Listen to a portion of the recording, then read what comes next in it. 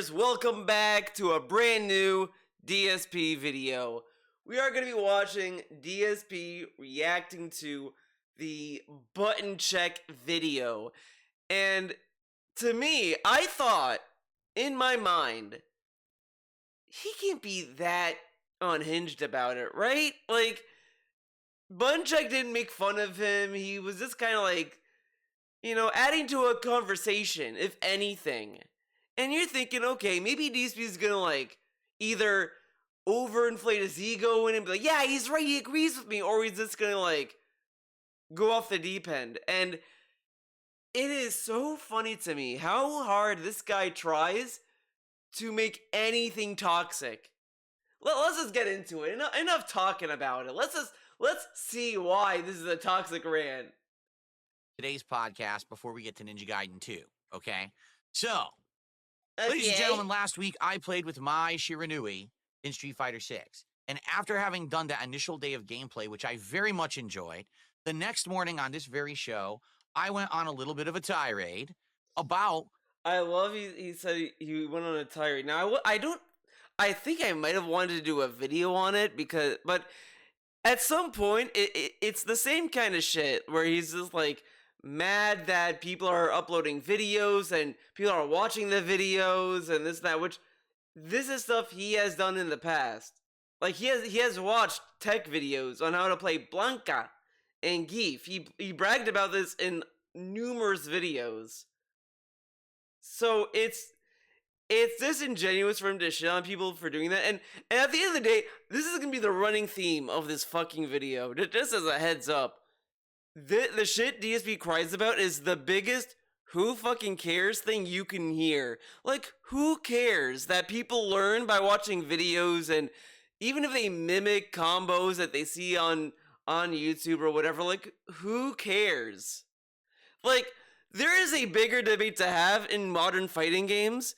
Like, I understand that. Like, again, I follow a streamer, mostly for the art, but she plays Guilty Gear as well. But she loves Xrd and the older Guilty Gear games, mostly Xrd. And she hates Strive, and sometimes, I get to hear, like, shit on Strive, which, whatever. People can shit on that game all they want, right? Whatever. But I get where they're coming from, because it's like, yeah, there's a lot of characters that lost a lot of their kit from Xrd, and it's very, like, basic and this stuff. Like, there's stuff that you see in discourse and the FGC and all that. Like, when DSP bitches about pattern play, it's like, you get it on one end, but it's just that he throws it around so much, and then you watch how he plays, and it's like, is he really in any position to complain about pattern play? Like, you can literally watch it like, okay, drive rush grab, drive rush grab, drive rush grab. Okay, he didn't grab that time, he jumped. Oh wow, like, you know the pattern he wants to do. So it's like, who cares? It's mostly being mad that he can't stop when he's caught, which happens in fighting games. Like, there's a lot of like discussion you can have in fighting games and all that stuff. But I didn't want to do a video on that because it's like, it's the same shit.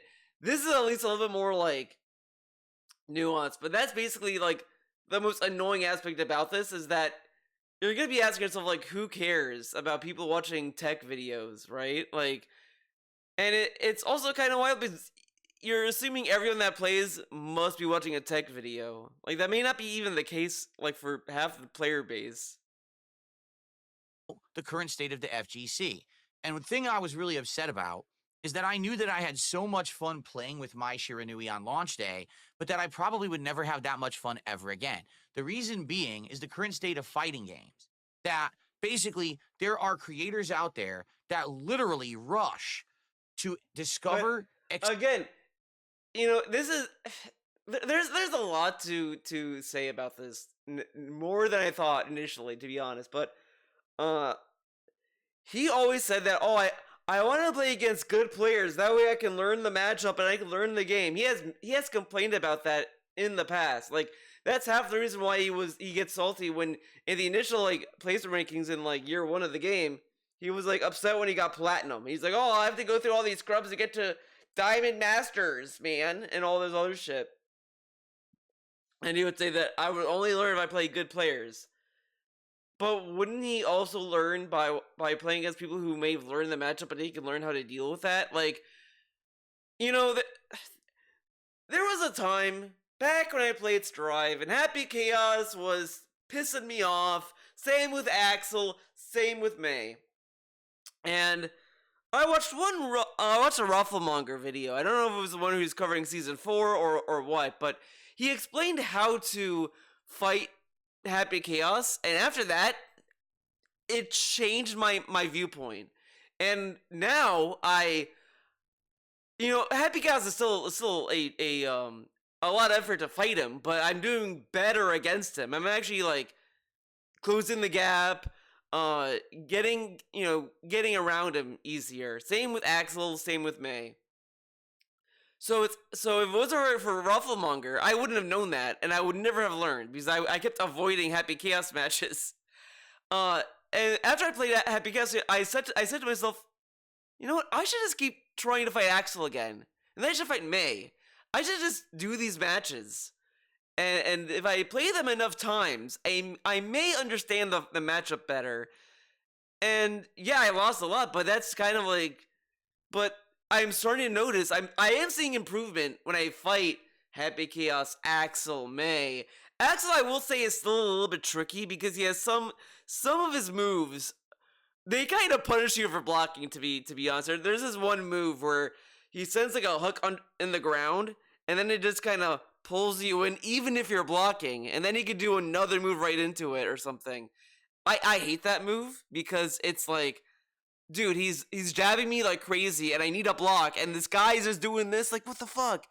But again, I'm learning stuff to get around that. And I wouldn't have learned that or tolerated it if I didn't play them. And and that's kind of like the one thing I started to notice about fighting games more and more, and a lot of people have said this, and it's like, okay, whatever, is that you should just play against any character you lose to. Like, for DSP's case, he should just keep playing Cammy. Keep fighting Cammy. Do a full set with Cammy. Even a Cammy that kicks your ass, because eventually you're gonna learn, hey, I did this thing and I did a low block, but it was an overhead. Okay, I need to like recognize that. Okay, what if I do this or whatever? Like, he should be more engaged in trying different things. Like, and that's how you learn. Like, you're gonna lose a lot, but this is the fundamental problem with DSP when he plays fighting games, is that it's this desire to progress, in the sense of, if I'm not gaining points in ranked mode, we're not progressing, thus awaits a stream. You guys want to see me keep winning. If I keep losing, that's not fun. These are things that go against the whole notion of playing a video game. Like, there are people who go to a tournament and they may lose like in the early half of the tournament, and they'll still go to the next one, and they'll still like enjoy the tournament scene, because at the end of the day, they don't care about winning or losing. I mean, they care about winning, obviously, but they get humbled by losing, and whatever, and they can be disappointed in their own skill, like, oh, I can't believe I lost this or whatever, but that's just the nature of it. And this is the dude that also says that people should be good losers and this and that. And look how much this guy gets mad when people play the game and they learn something, and he doesn't understand or think about, he could use that to his advantage. If you are watching videos on how to beat he could just understand, okay, they're gonna be looking for these things to get in. I should not do that, or I should like bait that and to make them think that I'm gonna do that and do something else, or whatever. Or understand, okay, they think that they're gonna come in and like feed off that. I don't know, like, it's a fighting game. There's only so much you can do, but you can also learn from that too. Like, this information is for everyone. But let's continue. Expose and then share the meta of fighting games within hours or days of anything new being added to a game, whether it's a brand new game or a game that has a DLC character or a seasonal update. They literally go out there and put out step-by-step instructional videos, how to beat the new character, how to do this. Here is the meta for this character. And the thing that I ranted about was that there's no more era of discovery. Back in the day when you used to But play there is fighting still games in era of arcades, discovery. I mean, like people are still learning things about fighting games for the most part. Some of them, sure, but it's like I don't know. It's still that era of discovery is still technically finite as it is. Like the FGC is a highly competitive scene, and a lot of people are in it for different reasons. But I think a lot of people who want to uh, get into sharing tech, watching tech, and this they just like they just love sharing what they've learned. Like that's kind of what it is. I mean, I've seen that a lot on Twitter too. Like I've seen people who lab like Jacko, and they're like, "Oh, look at this combo I'm testing. Look at this crazy combo with her. Can you believe you could do this? Oh, I wish you could do that or whatever." And it's like,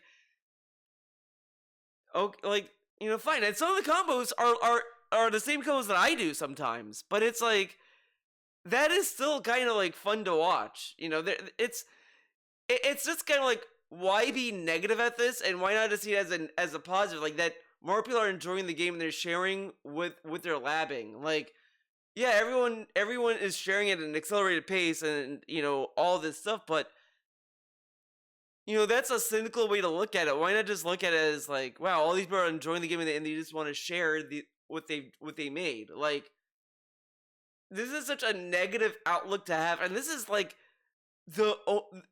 it's the most DSP thing is to be negative. He's so negative.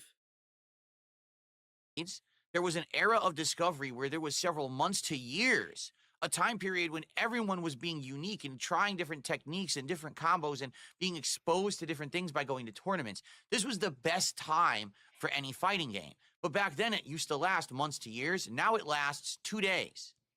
And then everything is spoiled all over the internet. The other problem is being that the games have no execution required anymore. Back in the day, the thing that would separate a great tournament player versus a so-so one was a person who had tons of great execution. Well, guess what? Today, there's no execution required. Every combo, every move is piss easy to do with input shortcuts or whatever. So you literally just have to sit in training mode for an hour or two, and you'll learn the meta of every character if you just watch videos. So basically, I talked about this in a video, and I explained that I was very upset about this because it just makes it that fighting games aren't that fun anymore.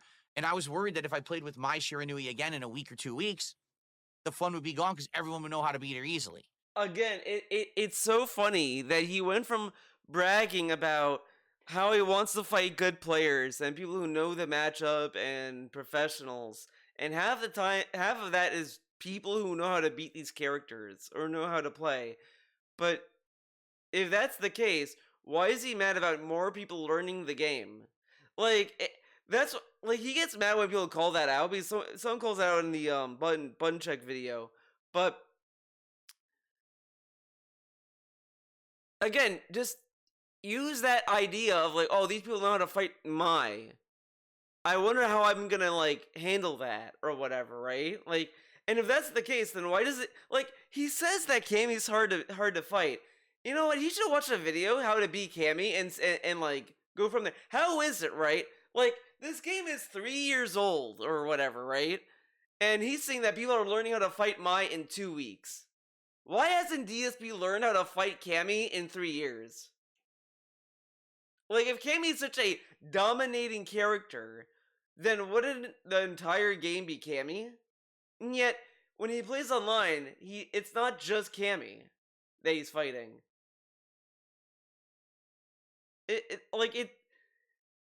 He's mad about this, but he doesn't. He himself doesn't even learn the matchup. The only matchup he learned how to fight are people who play like Marisa technically, because a lot of Marisa players are weird. Same with Manon, Ryu, Ken, like those he understands. But you throw a Cammy and he refuses to learn, and he just gives up. He just thinks, well, it's an unpunishable character, great character, he can't do anything about it. And it's like, you can't do anything about a Cammy? They're just unbeatable? I don't know about that, man. Well, my trolls picked up on this. They made highlights of me talking about this and shared it all over the internet. It made its rounds into the actual FGC. One guy. This guy, Button Check, made a whole video. Well, not a whole video. It was half of his daily video about it to get some conversation going. What I like to do is watch this video, directly respond and react to it, and then give you my thoughts. All right? So some people have started contributing. Thank you for that. Thank you. Let's do shout outs, and then we're going to do this together. And I'm excited to see how this goes because this is the first time I've actually really paid attention directly to anything from the FGC in a very long time. All right? Okay. So first of all, Mayor Charlie with the $5 super chat says, Gamers of the World Unite. Thank you, Mayor Charlie. Thank you, Mayor I appreciate that very much. Received a $2 tip from a longtime fan. Sure. And, it's a troll? Oh, confused. It doesn't even make sense. Oh. What they're saying literally makes no sense at all. I read it, and they're trying to make demands and stuff, so I'm just going to ignore them. They're trying to make demands. Okay. So anyway. You will play this game or die. Okay, so let's get started here.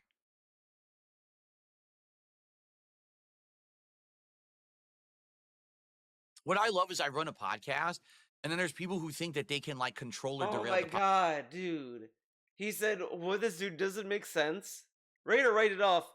Takes a sip, goes back to it. Come on. Podcast. Like, I have an agenda. We have things we're talking about today. Let me send Phil a $2 tip making demands, and this will hopefully change the entire course of his whole show for today. No, stupid. What if it was a request? Don't have time for you. Okay. You know, it's really weird, though. He talked about, like, how he's open to suggestions. What if that's a suggestion and he words it as a demand? Huh. So.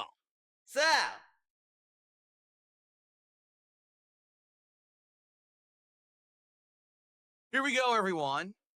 FGC responds to DSP. Content creators are ruining the enjoyment. DSP. Here we go. What? Here we go, everyone. What is this? Look FGC. Look how he reads this. Responds to DSP. Content creators are ruining the enjoyment. Here we go. That was a weird look. I pressed the wrong spacebar because I'm a moron.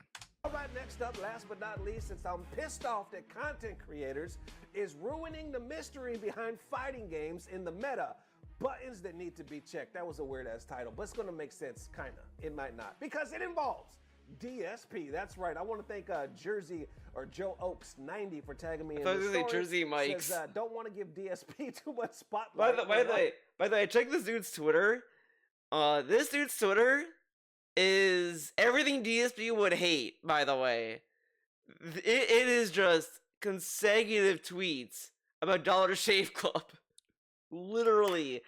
And it's like everything there, that would be something DSP, like, Buncheck would probably be the kind of FGC guy. If DSP didn't watch the video and have whatever opinion, he'd probably hate Buncheck. If he first saw, if his Twitter was his first exposure to Buncheck, he would hate Buncheck off the bat because of Dollar Shave Club for no reason. Even though the Dollar Shave tweets are, like, old. I think it's like January of this year, so it's like, you know, it's not that recent or whatever. He does use his Twitter, to be fair. He does actually reply to people's tweets, so it's not like it's a just there to chill. But it is a funny aspect. You know, DSP is here. That's why. I wanted to get your input on this. Hold on, because my stupid thing Hold on. To me off. There we go. All right. Okay. So let's continue. So, listen to this. Don't want to give DSP too much of a spotlight, but wanted to get your input on this. I'm sure Dirty Low does. I don't know who Dirty Low is. I'm sure Dirty Low. I wish I could include him in this one right now, but he is. I don't think he's here by the time I'm recording this. But we have a video. It's a small clip. He might make an interesting point. I haven't seen the whole thing. I haven't. All right. So we're gonna watch it. We're gonna get some opinions. This dude is like giving DSP like now on day freaking 1 of anything. He's watching Raw Phil. You've got hundreds of fucking try-hard creators who are running the gauntlet of testing, who are sitting there in the lab, who are recording and uploading and montaging. And here's how you beat. By the way, you can tell that he's watching a detractor because you see how terrible the quality is. You notice that You know, I'm gonna throw a little different opinion on this one. What if, get this,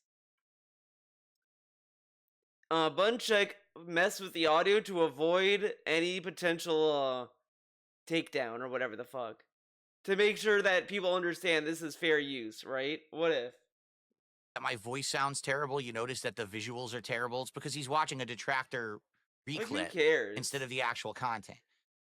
But this is still part of this content if you think about it, because Raw Phil has his entire stream. So was he supposed to watch the entire podcast? Like, it has nothing to do. Like, this dude. Listen to the beginning of this.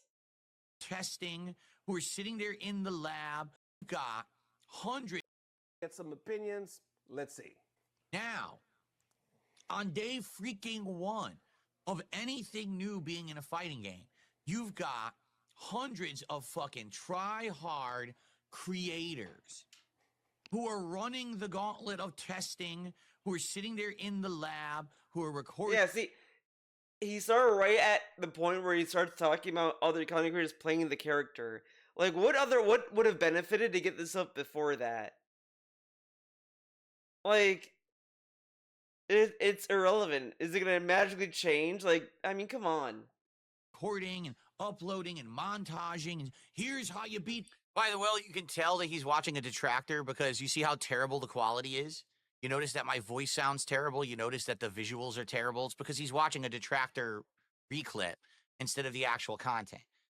Just so you know, button check. Whatever. If you actually watch the real content, it's much better quality. These idiots clip and try to upload, and it sounds and looks like shit. You know, that's why it looks so bad. This, here's how you stop that. Here's how you do this. Here's how you beat that. Yeah, because, but, I mean, how dumb. Oh, again, DSP thinks everyone's stupid. Because a bunch of goes to his channel, he's gonna clearly see the quality is different. Like, and again, it has like all this other stuff about it. Like, I'm pretty sure Buncheck can figure it out. He's not that stupid, DSP. Give him some credit. And within like 2-3 days, and that's not the point of why he's watching it new either. Being in the game, you've already got how to beat the new character, but the character just came out. Like, can we play with the character before you basically tell the entire world how to make them worthless in the game? Really? Can we, like, play the fucking game and have fun with it? That whole entire era of that time of discovery feels fresh, feels exciting and new when a new character or a new game comes out, and now you can explore for yourself. That has been absolutely destroyed by the internet. Because now, on day 1 on YouTube, day 1 on Twitch, here it is. Here's everything you need to know. Put absolutely no time or effort into playing or learning for yourself. Just copy what we're sharing. This is a funny, like, layout. By the way, like the video, buy my merch, and send me. This is a funny layout because you have like two people like watching a clip. It looks like, and DSP looks like he's just looking at button check like. Man, it is super chats and fucking memberships because I just fucking spoiled the entire game for you. And to make matters even worse, back in the day, even when tech was shared with the internet, I also think if through this, DSP got lost in the sauce, and maybe he initially wanted to hate on Button Check, but realized Button Check didn't say anything mean, and he just got lost in the sauce because. I mean, again, I watched this and I was like kind of blown away what I was hearing. But his attitude when he first started hitting, when he hit the space button, had the facial expression of he's about to watch an idiot. That which is why I wanted to watch that before. I was like, well, huh? Like, why did he look like that? It just had this weird thing. He then brings up the quality after that. It's like, well, Buncheck, if you want to watch the real thing, watch me, man. And it's like, it's just weird. The entry level skill check was that the games actually had execution required. All right. Even if you knew the top tier stuff to do in any fighting game, you would have to sit there and practice endlessly in order to get good. And since the games weren't at home, you had to pay to go to the arcade. You had to wait in line. So you basically had to put in the time, effort, and money to get good at fighting games. Today, every single fighting game is baby mode, meaning you don't need good execution. You don't need to sit there and practice too much. But you could literally, like you're watching this and it's kind of, he went from talking about people uploading tech videos to then complaining about games being modernized and all this. And it's like, I kind of feel those are two different things. Because one, you're complaining about people learning the game way too fast. The other one, you're complaining about the game being modernized, which is an ongoing debate about like how accessible do people want to make these games. But on the other hand, like it is a business, and they want to sell their copies. They want to sell their game, and they can't like sell it if it's like alienating to newcomers.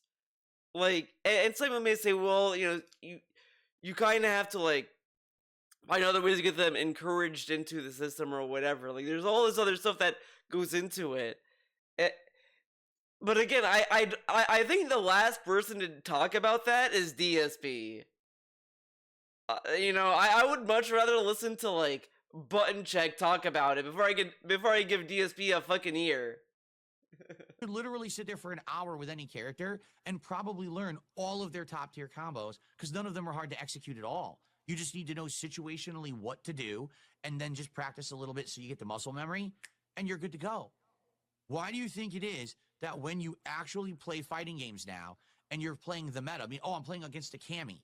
Every fucking Cammy plays exactly the same because they all watch the same videos, they all practice the same tech, they all know the same meta, and they all play at exactly the same level. So if you know that throw loops are dominant in Street Fighter 6, guess what? Every Cammy you fight. So like he's gonna bring up like how Button Check is gonna bring up like how DSP has the point that everyone, like, if you take the names off of the tournament, you're not gonna know who's playing who because they all play the same or whatever. Which is mostly about like how the game is played. Meanwhile, that's not what DSP is talking about.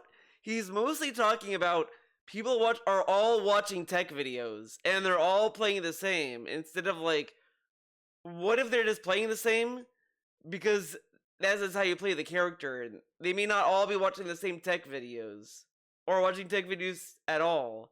It may just be a happenstance that they all play the same. But it's like, whatever. I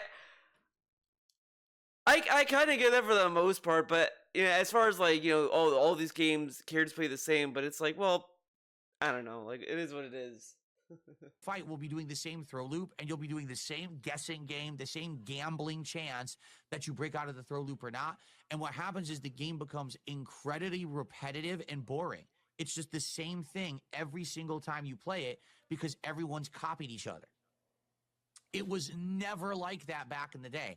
I want to emphasize with all of you. But I will say this also goes on the flip side of things, where I do feel that as simple as these games have become, and because he's complaining about redundancy or repetitive, how the game feels repetitive, and I'm just wondering, like, I've been playing Strive a lot, surprise, surprise, but I started going to other characters, and it's like, I think I would much rather, if the games are gonna be that simple and they're all gonna play the same or something like that, then I feel more comfortable just by playing other characters and seeing how many characters I can like kind of master all at once. Like, I go from, I almost main the entire cast of Strive. I basically have. I played Rim very minimally. I could play Jacko, Elfelt, Eno, Giovanna, Bedman, Slayer. I fell off, but I want to go back to Slayer now. Johnny, Gold Lewis. I could go on, and it's like these are a lot of characters, obviously, but it's like, yeah, the gameplay is very simple in Strive, where it's like I can just move around and just pick whatever.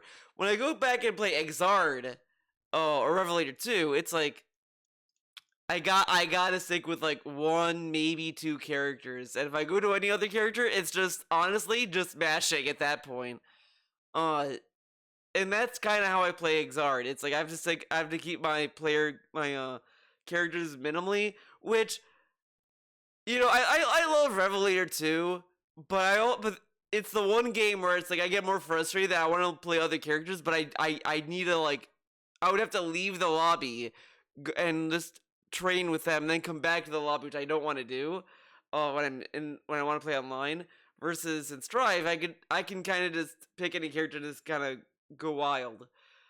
So it's kind of like I can be very selfish in Strive, I think. In Xrd, it's like, okay, I need to like stick with what I know. Jacko, Biken, I can kind of get by with Eno, but I most go between Jacko and Biken, usually. Probably fun the entire first few months to year of any new fighting game being out because it felt fresh and new. Everywhere you go, you'd play something different you'd never seen before. It would just be so much fun. In this case, the games are destroyed within weeks. You know, why was playing with Mai Shiranui so fun yesterday? Because everyone was experimenting. No one really knew what they were doing, right? And by playing that first day, it felt fun and fresh and interesting. You could try mix-ups. You could try setups. It was great. Within 1 week, everyone will already know everything that Mai Shiranui can do because all these idiots are going to fucking post it all over the internet and explain in heavy detail, here's how I analyzed it all, and here's exposing everything to the world. But the thing is, like, even without the internet, let's say that no one has the internet and we all have Street Fighter 6. People can kind of do that as it is because Street Fighter 6 gives you a lot of data data about each character. It gives you frame data, gives you all this information you can find on your own. So like the information is already accessible. You can literally just like, okay, I want to see like how is the recovery on the fans? How is the recovery on this or whatever the fuck? Like you can do all of that in training mode. Or whatever. Okay. But again, because there's no actual execution required to play these games anymore, you're making it so any fucking mouth-drooling idiot can now play the game at a meta level because you're exposing the meta for profits. So there we go. There we go. You're exposing So the I meta will for say profits. this before we even start. He listened to almost the entire argument I had, even though it was out of context from a detractor. But what is the context? There, like, he wants to respond to the part of it that's talking about how the FGC ruins the meta by posting it all over the internet, blah, blah, blah. That's what he wanted to react to. He's not going to watch the entire podcast where you're talking about, guys, I think I'm going to play Ninja Gaiden 2 tomorrow. I think I'm going to eat food next week. Guys, the viewer's choice is coming up. I don't think he needs to watch that part to get to that. Or here's, guys, I played Mai and she's cool. I like her fans. He actually listened to the whole thing. He didn't just listen to one little out of context part that, of course, makes me look bad. He actually listened to the whole thing. He gets massive credit for that because most people don't. Dude, this is insane. When people react or respond to clips of DSP that happen to be negative, he's like, oh, they took it out of context when there really is no context. Like, you know, he's still like butthurt about that VTuber thing. And the VTuber thing, like, all he had to say was, oh my god, this is loud, like, or whatever, but he had to go over, oh, my ears are bleeding, I'm dying in my brain, oh my god, my ears broke, guys, I'm deaf now, instead of just being like, oh god, like, oh, this person is loud, or I don't know, whatever. But this dude always has to be, like, petty about it, and then he, like, didn't understand why they were excited in the first place, and thought, you know, the thing is, DSP has a prejudice or a bias. I think it's a bias, a preconceived notion with VTubers. They think that all they do is make loud noises and like do this and that because he doesn't understand VTubers because he's a boomer. Like, go to your grandma and talk about like fucking Skibbity Toilet. That's the reaction DSP has about anything that he doesn't understand. Don't bother to do that. Most people will just listen to the 1 10-second highlight from a detractor and be like, well, that's what Phil said and he's a moron, right? Instead of, wait, he actually listened to the whole clip and it actually made sense because he listened to it. But they do that. So already I give this guy you. points for actually being Fucking patient and doing the right thing because he wanted to make a good video. That's what you do when you're a good creator. Okay, now let's see what he actually has to say in response, okay? All Here right. we go. Okay, here we go. Exposing the meta for Why didn't DSP watch the other earlier parts of the video? For one, let me say, as a content creator going on 8 years, there's no profits. There is no fucking profits. Trust me. There is no profits. You can make, let's say you make a game for Meta, somebody that's well known, I don't know, let's say a Brian F or something like that.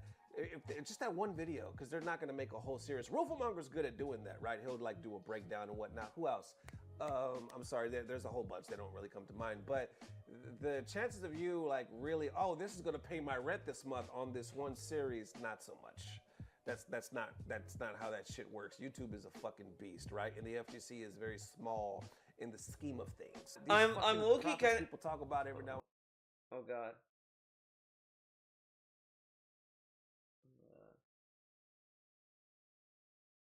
Jeez, I hate when it does this. I'm kind of surprised DSP did not like interject. I didn't see that on video. I mean, like the FGC in general, they do all these things to make money. I'm not talking about just making one video, man. Because you know, if this dude was like saying DSP is a dumbass, he would say that. Because that's what he was. Because to a degree, DSP is like kind of criticizing the FGC who makes videos all in the name of money and this and that. So it's more than just that one video series. That's what he's got. It's just it's part of the of a whole problem of the FGC in it for the money. Even though like it's still not a lot of money to make any video on YouTube. Like a lot of these people have other jobs to support them, or they do a lot of sponsorship opportunities or whatever. Like there's a lot of things, but DSP has the childish outlook that, oh, these people make a lot of YouTube videos, that they must be rich.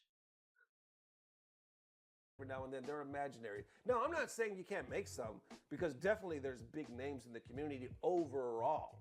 Overall, with the years they put into it, their Twitch, if I could talk, their Twitch streams, their contracts, if they're signed, they're sponsored, numerous sponsors, then okay, they're pulling in something, right? But not just off this one concept that I'm making a combo video. But I will Okay. Oh, wait. Well, is he done with the thought? Hold on. say, like, to play devil's advocate, right? I do think there is a way, because I've seen it every now and then. People will say, oh, if you do it a certain way, you will spoil it. Oh, okay. He's on to the next part. So I'm just going to say this very simply, very matter-of-factly.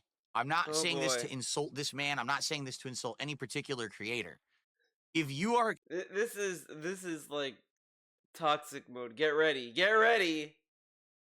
Exposing the meta of a competitive thing. Competitive. Whether it's a sport, whether it's a game, whatever it is. If it's something competitive and you're exposing the meta of that to the world, you should do it for a reason. And the reason should obviously be a good one. And if you're telling me that it's not for profit, then what the fuck are you doing it for?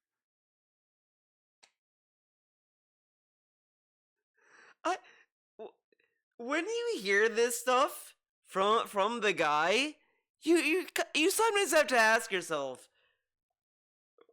what is this problem? What's this malfunction? I have to ask. Because, dude, people may literally be uploading combo videos and showing them how to play characters because they genuinely like the game and they want to share their findings. Like, a lot of people get excited to share stuff. Like, he bases this off of all of these people in his life that doesn't want to share combo videos or, you know, whatever to him. And thinks that must be normal. People don't want to share that kind of stuff in a competitive scene. But but that's not everyone. Not everyone is that much of like, oh, this is a competitive, I can't show you. You gotta learn on your own, man. Like, there is a point of like learning on your own, and then there's another aspect of like, hey, I'm so proud of this combo I did. Look at what I did, and I uploaded it, and I saved the replay. I do this, I do that with it. Like, I used to share a lot of my combo videos or matches, mostly matches, to Twitter. One was being like when I was playing XR, I was Jacko once, and I was so happy.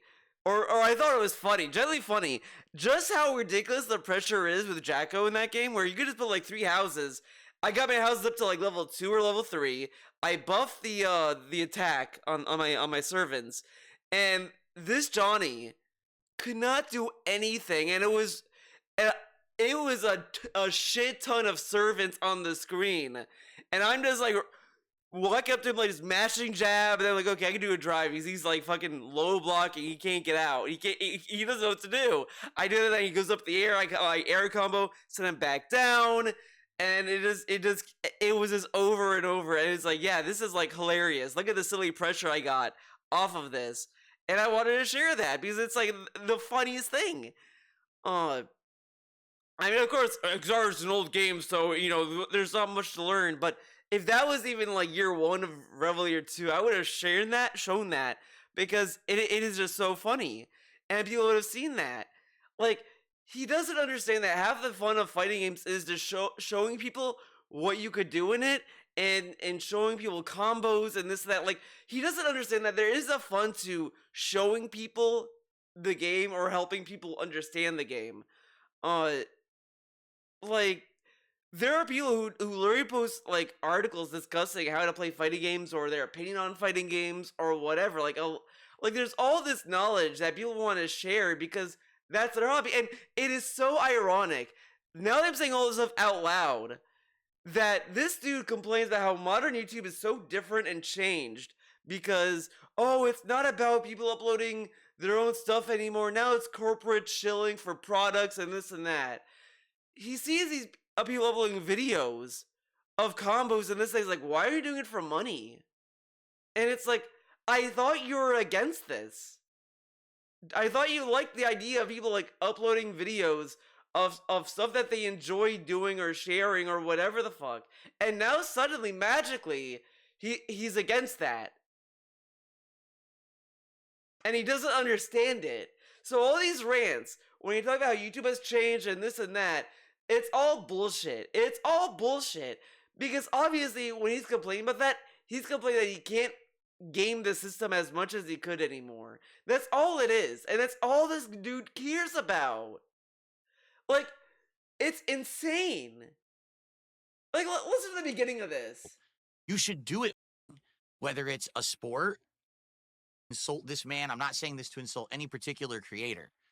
If you are exposing the meta of a competitive thing, whether it's a sport, whether it's a game, whatever it is, if it's something competitive and you're exposing the meta of that to the world, you should do it for a reason.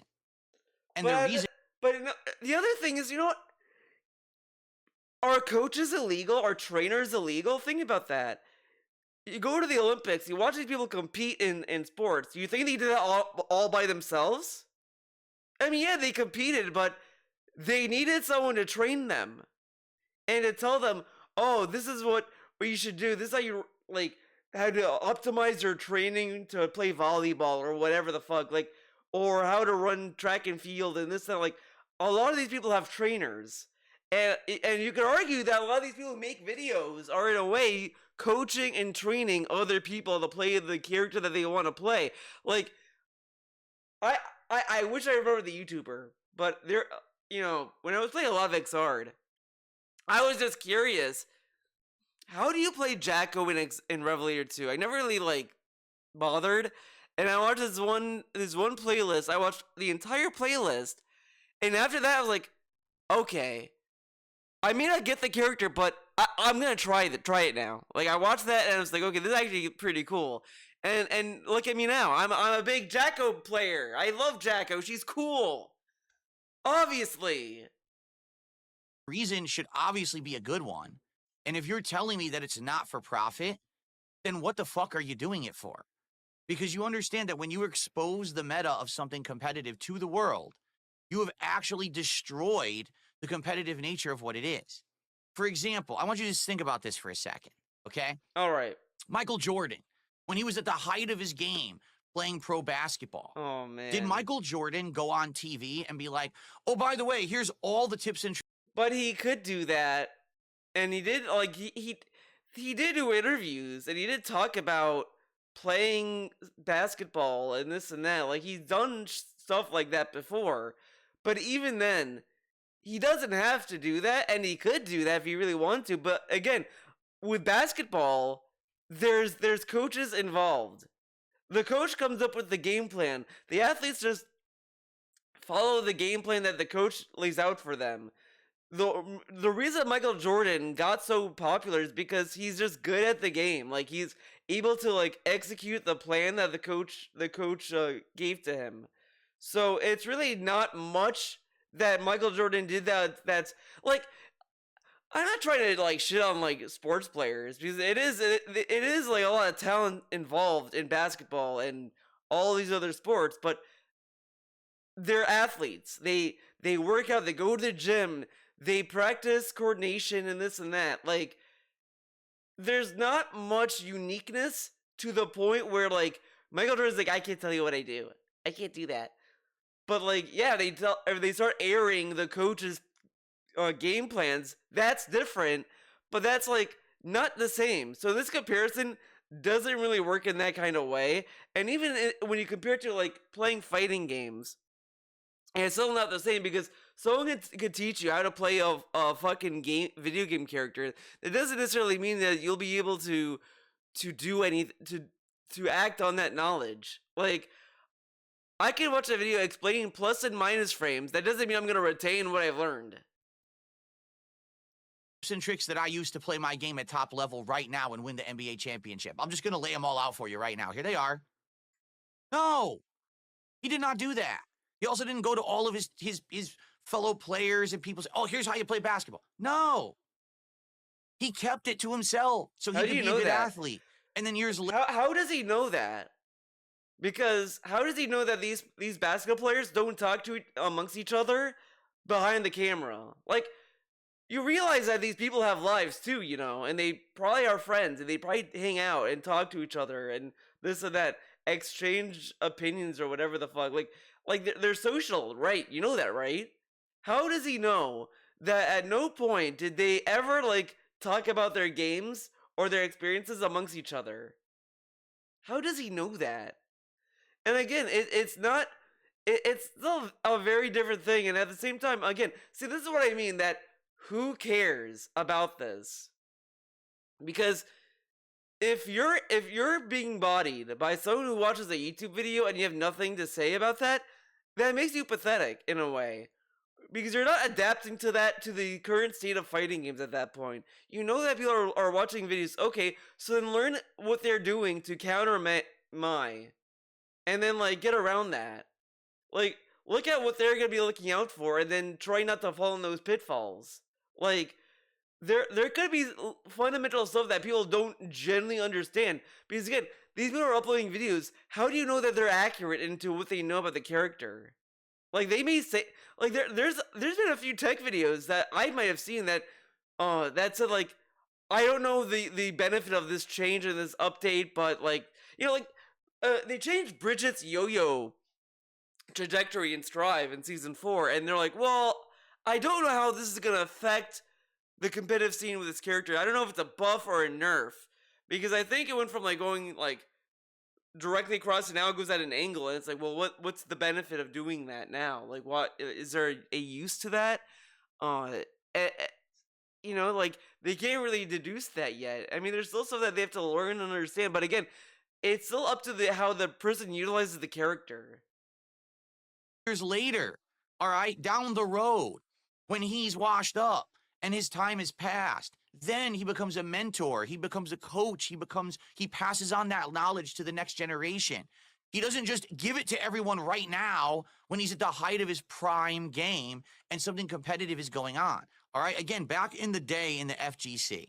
But you know, there's also these classic sports movies and stories where a current athlete would inspire a younger person to fight, and then they'd be like competitors, and then it'd be like, you know, that's why you have the meme of like oh my god, you have the story of like the apprentice surpasses the master kind of shit. Like that just happens sometimes. Like, this is kind of like a brain dead thing, because all this dude is upset about is that that there are more people that are more interested in learning their character more so than he has, and they watch other videos about the character than he has, because he doesn't have the time for it. So everyone should not have that ability. But that's insane. You know, everyone everyone just wants to share and they want to learn about the character, so be it. People would learn strategies, okay? And what they would do is they would go to tournaments and expose those strategies through competitive play. But they wouldn't immediately go online and be like, so by the way, guys, I just found out an amazing new strategy with Zangief. Here's exactly how you execute it to a T so everyone can immediately replicate this and do it in a tournament. No, why not? Because they wanted to go to a tournament and use it themselves so that they could win, because it's a competition, all right? Now, you can argue this different ways. For example, you could say, well, Phil, that's dumb, because what you're saying is you just shouldn't share any knowledge about anything at all. What about other video games? Like, for example, But let's say you're what if I'm not a competitive guy? I don't give a fuck about tournaments, and I just want to share my findings anyway. Like I don't care. I mean, are you gonna go to war against these people? I mean, that's kind of like fucked up. You're going after innocent people at that point that are just using the platform, and they're just happy with what they find. And then you're gonna be like, "How dare you upload the video? Delete your channel!" say you're playing Dark Souls, right? Shouldn't someone just post up a strategy on how to beat a boss in Dark Souls? Well, sure they should. Of course. If they want to share that information with the internet and they want to make a FAQ or a guide or whatever. But there's two key differences you're forgetting here. But there could still be a FAQ or a guide for fucking characters. Like, it's kind of like annoying to talk about this, because wouldn't people want to learn about their character? And what if they're not understanding something themselves? And they might learn the character better by watching someone else play it. Like, it's really just... because it's kind of like unrealistic, and... I mean, unfair sounds very weird, I guess, but unfair, fuck it. It's unfair that you're pretty much telling people that they have to go to a tournament to learn a character, when not everyone can go to a tournament. Not everyone can afford a plane ride to a tournament, for instance. And there's this big spread of information going around the internet. Like, what is wrong with giving knowledge to the masses about characters that are in a fighting game? Again, DSP has been playing Street Fighter 6 for 3 years, and he still does not know how to fight Cammy. Fought this character for 3 years, never learned how to handle the matchup, and will never know. Maybe you should watch a video on how to fight Cammy. But no. Instead, he's gonna play Street Fighter 6 and assume that all these Cammys are tryhard bitches that learn a combo and they're unbeatable. But the other thing that it's insane is that he talks about how the netcode is ass and it's bad and terrible. So how can you watch a video explaining how to play a character for a situation that has bad netcode, right? But again, he has never learned the game. He still doesn't know how to fight Cammy to this day. And he'll never learn. He'll never know how to fight Cammy. And he's sitting there saying, how dare people spread data on the internet. This dude is the example that there are people out there that won't watch these videos and learn. And he's acting as if everyone 100%, 99% of players that play Street Fighter 6 all watch videos except for DSP. He's the 1%. All right? And the first is very simple. Dark Souls is not a competitive game. You're not entering a tournament to play Dark Souls. Okay? You're not. Okay. At all. You're just playing it for yourself. So whether you get stuck on a boss and you need to look up the information or not, that's your choice. But you're not going to get ahead by looking up a strategy of how to beat Manus in the DLC of Dark Souls 1. You're just helping yourself, okay? When you're doing a competitive thing and someone is exposing all of the ways to play at a competitive level, you're actually watering down and ruining the competitive nature of the game, all right? That's number one. Number two, if you look up strategies for a single-player game, the only person that's affected by that is you, because you're essentially spoiling the game for yourself. You've decided to take the easy road. You've decided to take the shortcut, okay? And, hey, some people say if I tough it out and I don't look up any strategies, okay, and I beat something like a tough boss in Dark Souls, I feel accomplished, right? I get a feeling of, wow, I really earned that win because I stood there and I figured it out for myself. Some people don't care about that, and they just want to look it up right away and beat everything quickly, while others may get stuck on a part and they want to look it up to DSP looks at guides, by the way, for these single-player games. So you know, whatever. Okay. get past the part that they just cannot beat for themselves. But again, that's a single player experience. The problem with exposing the meta of Street Fighter is that you're literally ruining the competitive experience for everyone because you're playing other people.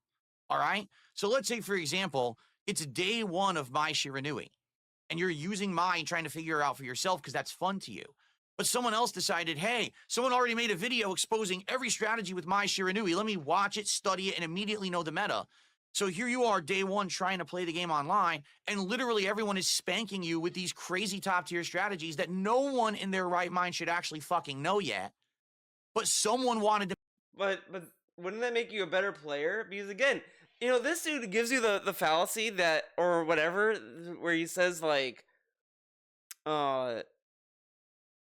you learn from loss. That sounds, out of context, that sounds really, really, really fucked up. You learn from loss. But anyways, this dude was seeking to play better players so that he can lose and learn from those losses. But now he's saying, well, if you learn from people who know the matchup, you're not gonna learn. Which I would argue you could probably learn from them. This is the same kind of thing that I see a lot of people bitch about tier lists, and this is why I don't give a fuck about tiers in fighting games. It's like, just play the character you want to play. Like, who cares? Oh, your character's bottom tier. Okay, get good, I guess. Oh, your character's top tier. I mean, like, it's annoying when there's a top tier matchup. Sure, it's annoying to deal with the character, but it is what it is. Like, I've gotten better to handle Elfelt for the most part. A Slayer is whatever. I still kind of feel he's still kind of OP because he can literally just cross you up without you like trying, and it's annoying. But that's still a winnable situation. Like, it's just a lot. You just have to like work. Some you may work harder than others, but that's just the name of the game. Come on. wanted to make a video about it, okay? Okay. That ruins the game. There's a difference between having instructional videos and tutorials and facts and walkthroughs of a single player experience versus doing exactly the same thing with a game that has a competitive online meta that should be discovered through skill and discovery, not, oh, I copied someone who put a video on the internet, okay? Sorry, it's just true. Back in the day when you were in arcades, you had to earn everything you learned, whether it was playing or actually being at a... But again, even just watching a video, that doesn't mean you know what you watched. You have to, like, be able to do it in gameplay. Like, I can watch a high-level Jacko player. That doesn't mean I'm gonna be able to nail their combos 1-to-1. Like, you can only do so much. At a tournament and watching someone and trying to figure out, how do I emulate what I just saw? Versus today, day one, there's combo videos with button inputs on the screen. Here's the timing. Here's how you do this throw loop. Here's how you do that.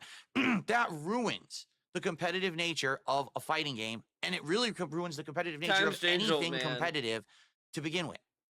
Yeah. Now, you can say, well, this is the modern day. Good for you. You could say that. Good for you. Doesn't mean I have to like it, and it certainly doesn't mean that it's better than how it used to be. The point that I was making. This is like, man, this is the modern day get over boomer. He's like, yeah, I don't have to like it. Okay, that's like implied. Yeah, you don't have to like it, but just shut up about it. Like, that's all people are saying when they say that to him, is just that it's like, get over it. Like, grow up, man. When I was talking about people putting these videos on the internet, is that they literally do ruin the competitive nature of these games. Why do you think a game like Marvel vs. Capcom 2, or Street Fighter 3 Third Strike, or Capcom vs. SNK 2, or Super Turbo, the Big Four, why do you think those games lasted nearly a decade or longer, holding down the entire competitive Street Fighter community when there were no other... It's low-key unfair if you think about it. because because there were like what 10 years of like no new fighting games. Like Street Fighter 4 was the big return of fighting games.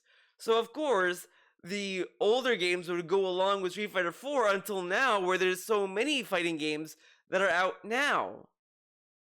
So, and of course, like the older games are gonna have a little bit more nostalgia because, I mean, a lot of people like sprite games, time to time, and all this stuff. Like people still like nostalgia and all this other stuff. So it's kind of an unfair comparison. Other games. Was it because people immediately were finding tech and spoiling the entire game? No. It was because there was this awesome era, a decade of grassroots discovery, fun, camaraderie, competition. It wasn't about How come when people talk about Marvel 2, they only say, "Oh, the game was so good," and they don't talk about like, "Dude, I watched Jimmy Joe play the game, and he fucking did cool setups, man, and he taught me how to play as Sakura." getting that clickbait popularity because you spoiled everything you ever knew about those games. I mean, by the end of that era, around the Street Fighter 4 era beginning, there were still new strategies being discovered daily and being put into tournament play in those games. Why? Because there was no fucking internet spoiling the living shit out of those games right away. You got a whole decade of enjoyment out of those games before they were essentially retired so that Street Fighter 4 could come to prominence. Today, literally, it's here's the new game. Oh, look, here's another one. Throw that one in the trash to go to the next one. Oh, the next one came out. Throw that one in the trash to play the next one. Why? Because they're all disposable because we already figured everything out within a week. That's the problem with the way modern fighting games work. Sorry that the old way was more trash to play the next one. Why? Because they're dominance. Today, literally, it's here's the new game. Oh, look, here's another one. Throw that one in the trash to go to the next one. Oh, the next one came out. Throw that one in the trash to play the next one. Why? If that's the case, then why am I still playing Strive and XR? Why are these communities still like thriving? I mean, yeah, people are gonna play the new fighting that comes out and ditch another one. Like, but it's kind of disingenuous for DSP to say this when he literally dropped Tekken 8 because he can't play 2 fighting games at once. But then faults other people for not playing more than one fighting game. Huh? Make that make sense. Why? Because they're all disposable because we already figured everything out within a week. That's the problem with the way modern fighting games work. Sorry that the old way was more fun and better, but it's true. It just is, all right? It was better back in the day than it is today. Now, the other half of this equation that he just said, this is like, well, there's no this is like really lame to complain about too. Like, oh, it's better in the old days than now. Again, it's just a boomer rant. But it's like, people can have fun with whatever they want now. Like, hey, I still am having fun with Strive. Everyone that I've seen says, "Oh, Strive sucks." Hey, that game is fun when there's not a bitch in your ear saying the game sucks. Like, that meme has never been so true. And I initially found out that meme through Little Caesar. Like, oh, Little Caesars is good when you don't have a bitch telling you in your ear that it sucks. And it's like, yeah, exactly. Like, it is like so annoying to have people like DSP just insinuate that like that nobody can have fun with things now because back then it was better and now these games are not the way that they like. And it's like, that's good for you, but I'm enjoying this. Like, I do enjoy Strive all in all. And I understand there's flaws in that game, but I still enjoy the game. I'm still gonna play the game. Fuck it. Like, I think when you're demanding people to look back and say you should respect the classics, and then assume that people are just throwing out modern games, you're just kind of ignoring what are they throwing out. I mean, and are they actually like fans of that game, or are they just like, I like this game, it's kind of fun. Oh, this game looks good, I'm gonna play that. Like, all in all, that's all video games are at the end of the day. You're either going to stick with some games longer than others, or you're going to throw another game out once you beat it. Like, that's kind of the nature of video games as a whole, and fighting games are a video game, so they're going to naturally be part of that cycle. And it only happened faster with Street Fighter 4 once they came out to consoles, because initially, the thing that DSP just happened to like forget is that these are all like what he's talking about is deals with a lot of arcades. That these were all arcade games.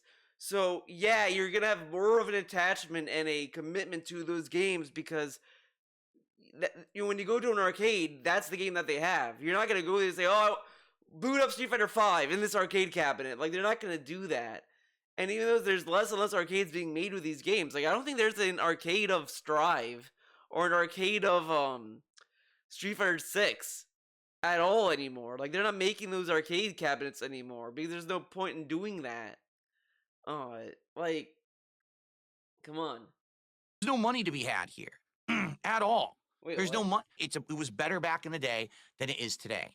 Now, the other half of this equation that he just said, well, there's no money to be had here at all. There's no money. Then why are these people doing it? I want to highlight. I don't have to go into like a rant search, but this dude has bitched and moaned and cried and seethed about the FGC doing things for money. They only care about money. See, I like you. I love what I do. But then when he's told by Button Check, oh, people like do this because they it's not for the money. There's no money to be had in it. And he's like, where are they doing it? Huh? There's no money? Why would they do it then? And then he like, it's like when you try to like introduce a paradox to a machine and it explodes. That's what's going on in this little guy's little head. It's like short circuiting. It's like, oh my god, I can't figure it out. Like, dude, how dumb are you? Why are they doing this? Man, it's almost like they fucking like video games. Again, this dude does not understand passion at all. Ever. He doesn't care. And it's like, it is so, like, maddening. There are rants and rants and rants and shit he says that literally goes against everything he's about. And then when he's so like, well, people do this more so that, not for the money. And he's like, what? Huh? It is so insane. No, really, I have to ask this question. I have to ask. Why would you completely spoil the competitive nature of fighting games unless you're benefiting from it? You have lost me. Again, this dude's he's looking at it in a very cynical sense. Like, he thinks that the only reason that people would do this is to gain money or attention. And you may leapfrog into that. You may leapfrog, well, they're not doing it for money. They're doing it for clout. They want their name to be known, man. I feel that's going to be the next thing he's going to bitch about.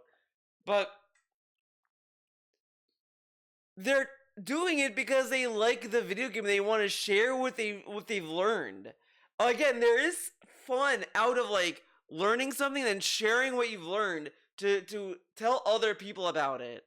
Like, this dude does not get that there is some, like, as much as he wants to, like, this dude wants to highlight that the FGC is negative and toxic, and that's all it is. But there is a, I don't want to say necessarily wholesome, but I mean, I guess that's the best way to describe it. A wholesome aspect to the FGC where there's people there that want to help other people and pick and give them advice and tips into how to play the character. There's a lot of people who got into games because of that. There's one for me, for example, I would have never played a fighting game if my friend did not come over and say, hey, play Street Fighter 4, just play it, try it out. And I was just mashing. And after that, I played more of it. Then I started getting into fighting games. It was like a gateway drug. All I did was play Smash Brothers, and I didn't care. But he came over, and honestly, let's say that I had no friends, 0 friends. I'm a lonely person, and I just go on Twitter and I start seeing these clips of Guilty Gear. I see this. I probably would have gotten into Guilty Gear anyway. Because it checks all the things I like in its style. I like the music is great, the character design is great, like everything about it is just a lot of fun. So I would have gotten into it eventually. And I've heard other people have a similar experience where it's like, I could not get into fighting games. Oh, this other guy introduced me into this, but that's could be and you could have that same experience with YouTube. Oh, I watched this YouTube video of this guy playing as Jacko, and I got really into how that character looks, and I started playing a game. Like, I've heard a lot of people talk about that too. Like, oh, I saw this character on YouTube, and she looks so cool. I gotta learn the character. I gotta play the game, and they got into it. Some people even get into the games because of the story mode. As much as people like laugh at fighting game story modes, there is stuff about the story mode that people can enjoy. Like Skullgirls is one that I like the story mode of Skullgirls. I like the story mode of Guilty Gear as well, where there's stuff that you can enjoy lore wise. Like, you know, I can gush and gush and gush and gush about why I love Jacko's story in Guilty Gear a lot. Like, there's a lot about Jacko's character that's just fundamentally great that I'm a sucker for. Same with Elfelt, same with like all these other characters, because there's stuff there that's like cool and that would get me into playing the games. But a lot of that's also through online. Like, a lot of people just want to share this stuff with people. And he's so cynical about it, thinking that someone must be having a negative idea of it. And it's like, is it really worth the energy to do that? And this is stuff that DSP shat on people for doing to him. That people that would have cynical ideas that, oh, DSP's doing this for money, and he's like, I'm not doing it for money. But then when he's being told that they're not doing this for money, he's like, huh? What? Because he's so conditioned to think that everyone is doing stuff for money that it can't possibly be done for the love of it. Meanwhile, when people accuse him of that, he says that's not true. To me now. So you're actually putting all of the important tournament competitive meta knowledge of a game on the internet for anyone to copy right away, and you're not getting anything out of it? That's the stupidest thing I've ever heard. What if it's like for the fun of it? And again, like, they're not just uploading the videos cold, like no audio, no commentary, just like, oh, this is the combo, there you go. Like, they're probably talking about it and they're saying, oh, this is what you do. Like, I mean, like, oh, why is my nose bothering me suddenly? But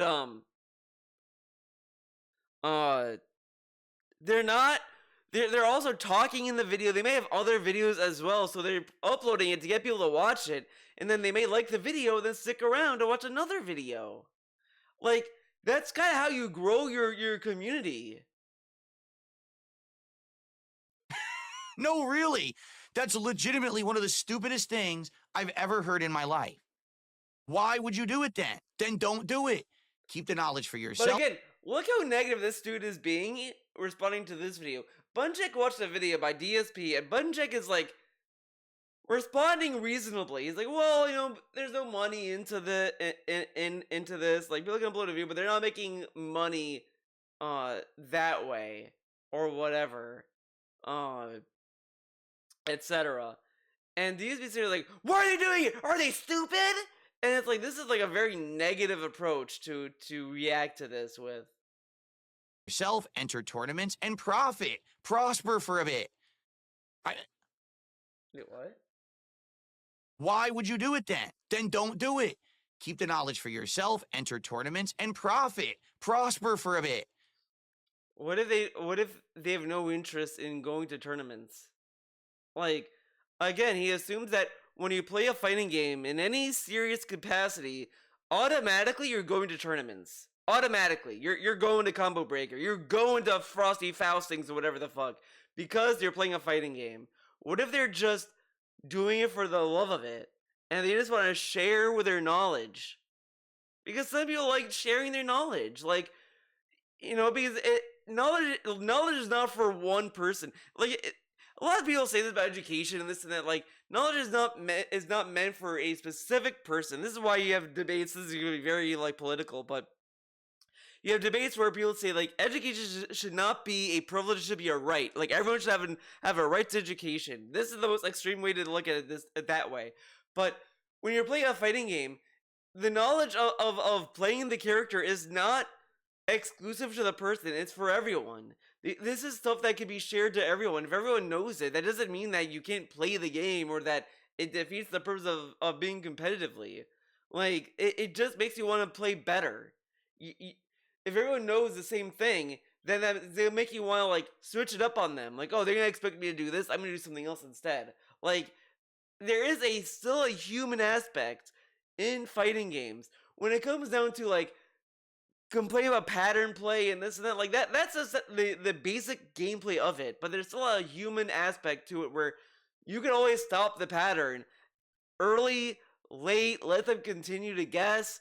Like, that's why I like about what they did with Biken in season 4 of Strive, where she can literally parry during a block, if you got her in a block string, she can just parry whenever, which is a very good buff, because that makes it more, like, intimidating to just wail out on her, because you don't know when she's gonna parry. She can always parry and flip the tide. One of Biken's biggest strengths, and this is the big complaint they had with Biken in Strive for years, is that she is supposed to be a very defensive character, like, because that's why, like, her season 1 parry did so much damage, because you're supposed to be intimidated by just wailing on her. You're supposed to be like, oh shit, should I jab? She might be parrying. Like, you're supposed to be nervous about that with her.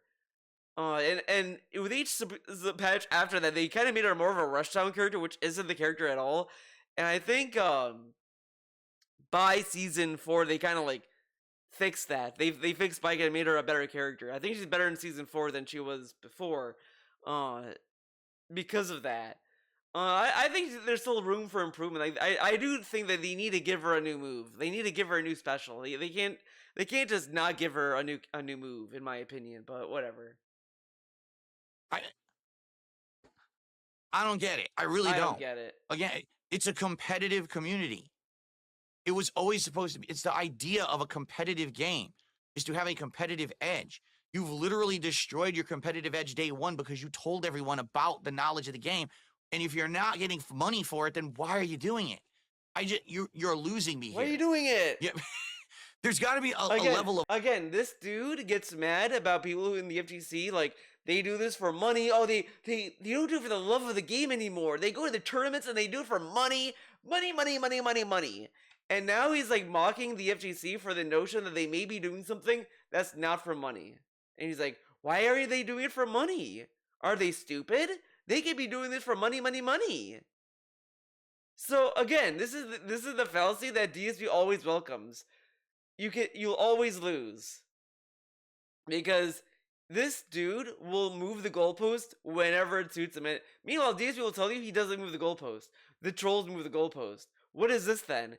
You went from complaining about the FGC doing stuff for money to now saying they should do stuff for money. Why are they not doing it for money? Level of logic here somewhere, and I'm looking for it, and I'm not seeing it. All I'm seeing is everyone wants to be hype on the internet and meme about these characters and shit. Big deal. But then when you go to play the game's ruined within a week. It's so boring. Why did you ruin the game in a week? All right, let's continue, because I'm sure he has... It's also funny what he considers to be boring.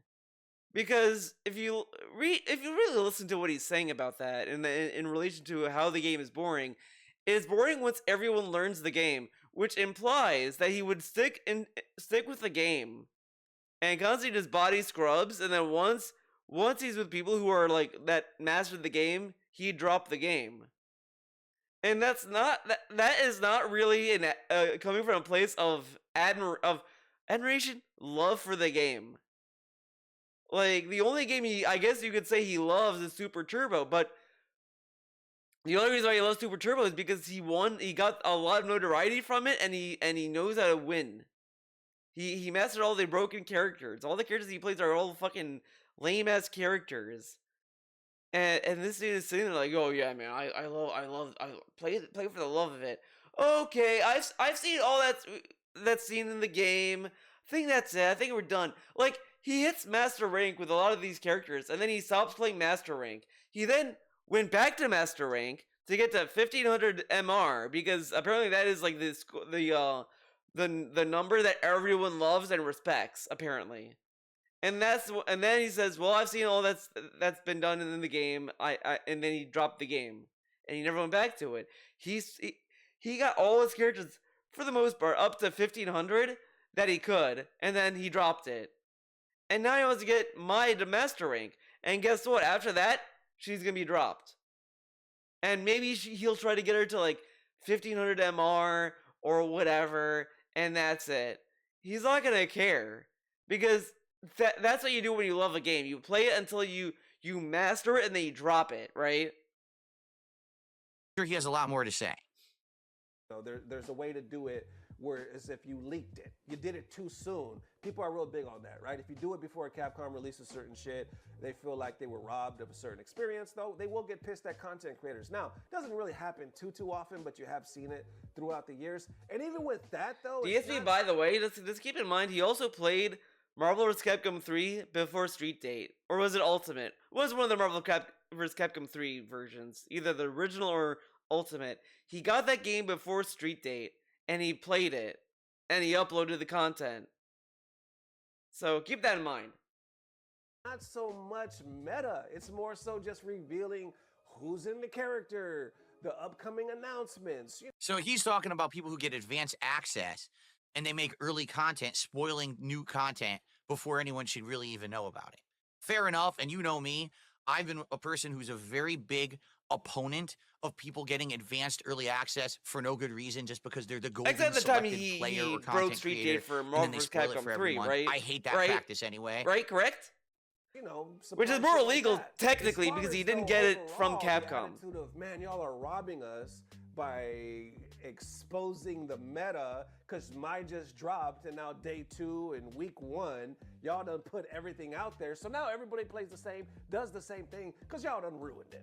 Isn't that the point? Like, because when a character drops, the first thing, like anybody FGC, they're looking at the notes, right? They're looking at, okay, what's plus, what's minus, what can I do? The people that are really into it. Yeah, and but the other thing is, if you're really competitive in a fighting game, you're gonna always be reading patch notes about how certain moves work in a fighting game. Like, you're always gonna be doing that. So even off the bat, the meta is ruined because you can learn the game by just reading the patch notes and knowing what moves are plus and minus. Don't really look at that shit, but they're just gonna play. And more so what the casuals are gonna do, instead of reading all that scientific shit, they're gonna look at videos because they wanna learn. And yeah, you could say, oh, it's easy, it's brain dead, you don't really need that if you're using modern controls and yada yada, but you're still gonna look at videos to see what they can do. And then usually what people do is try to put their own spice on it. But there's a difference between watching a video of, say, gameplay. See what they can do. When everybody says, yeah, you could say, oh, it's easy, it's brain dead, you don't really need that if you're using modern controls and yada yada, but you're still gonna look at videos to see what they can do.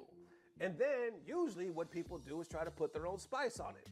yeah, But because you naturally want to build off of what you're doing. I mean, to compare it with art, I'm gonna compare it to art now. Welcome to another art session.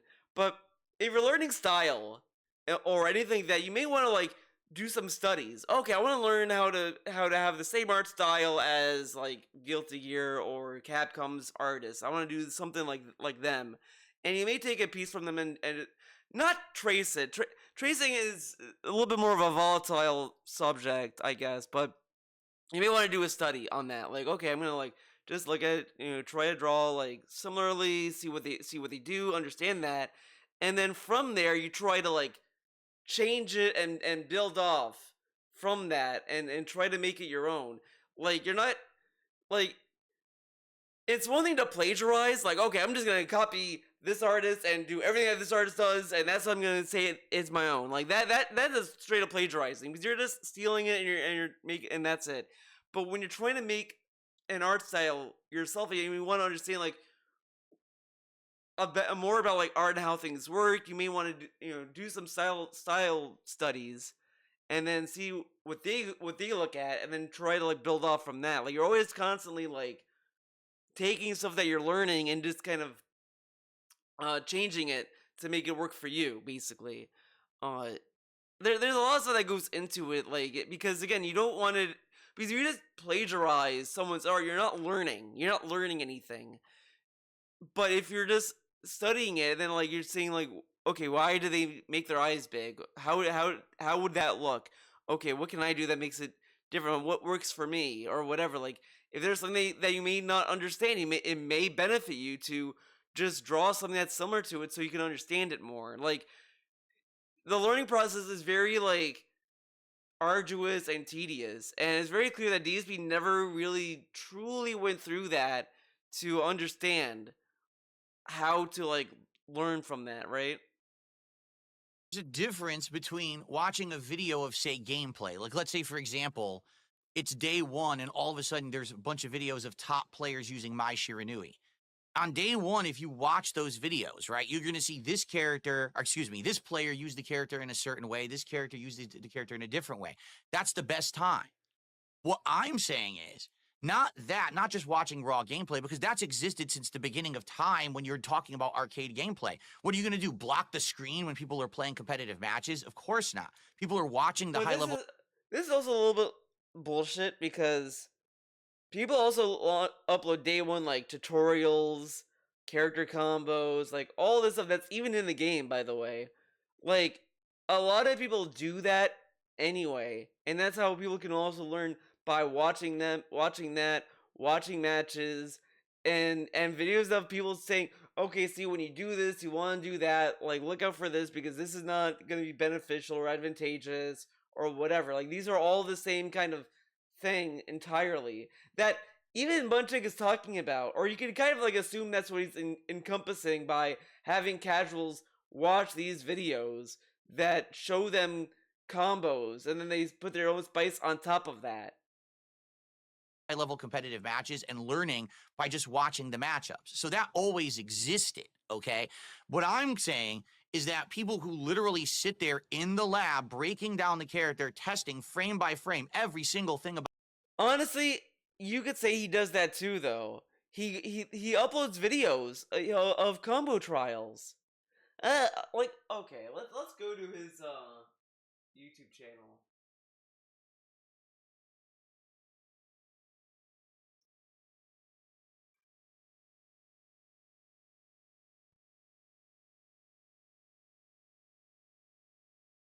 Well, let's see.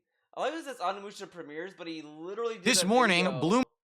He literally did a video. He already played Onimusha.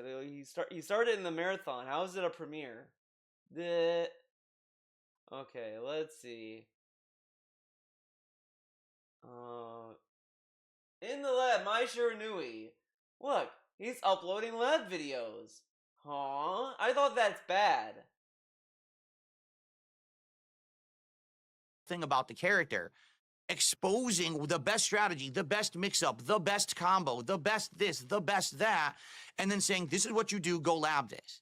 Those videos. Yeah, but that he addressed that by saying they learn those combos, but then they build off on that. Like they go from there and they make it their own.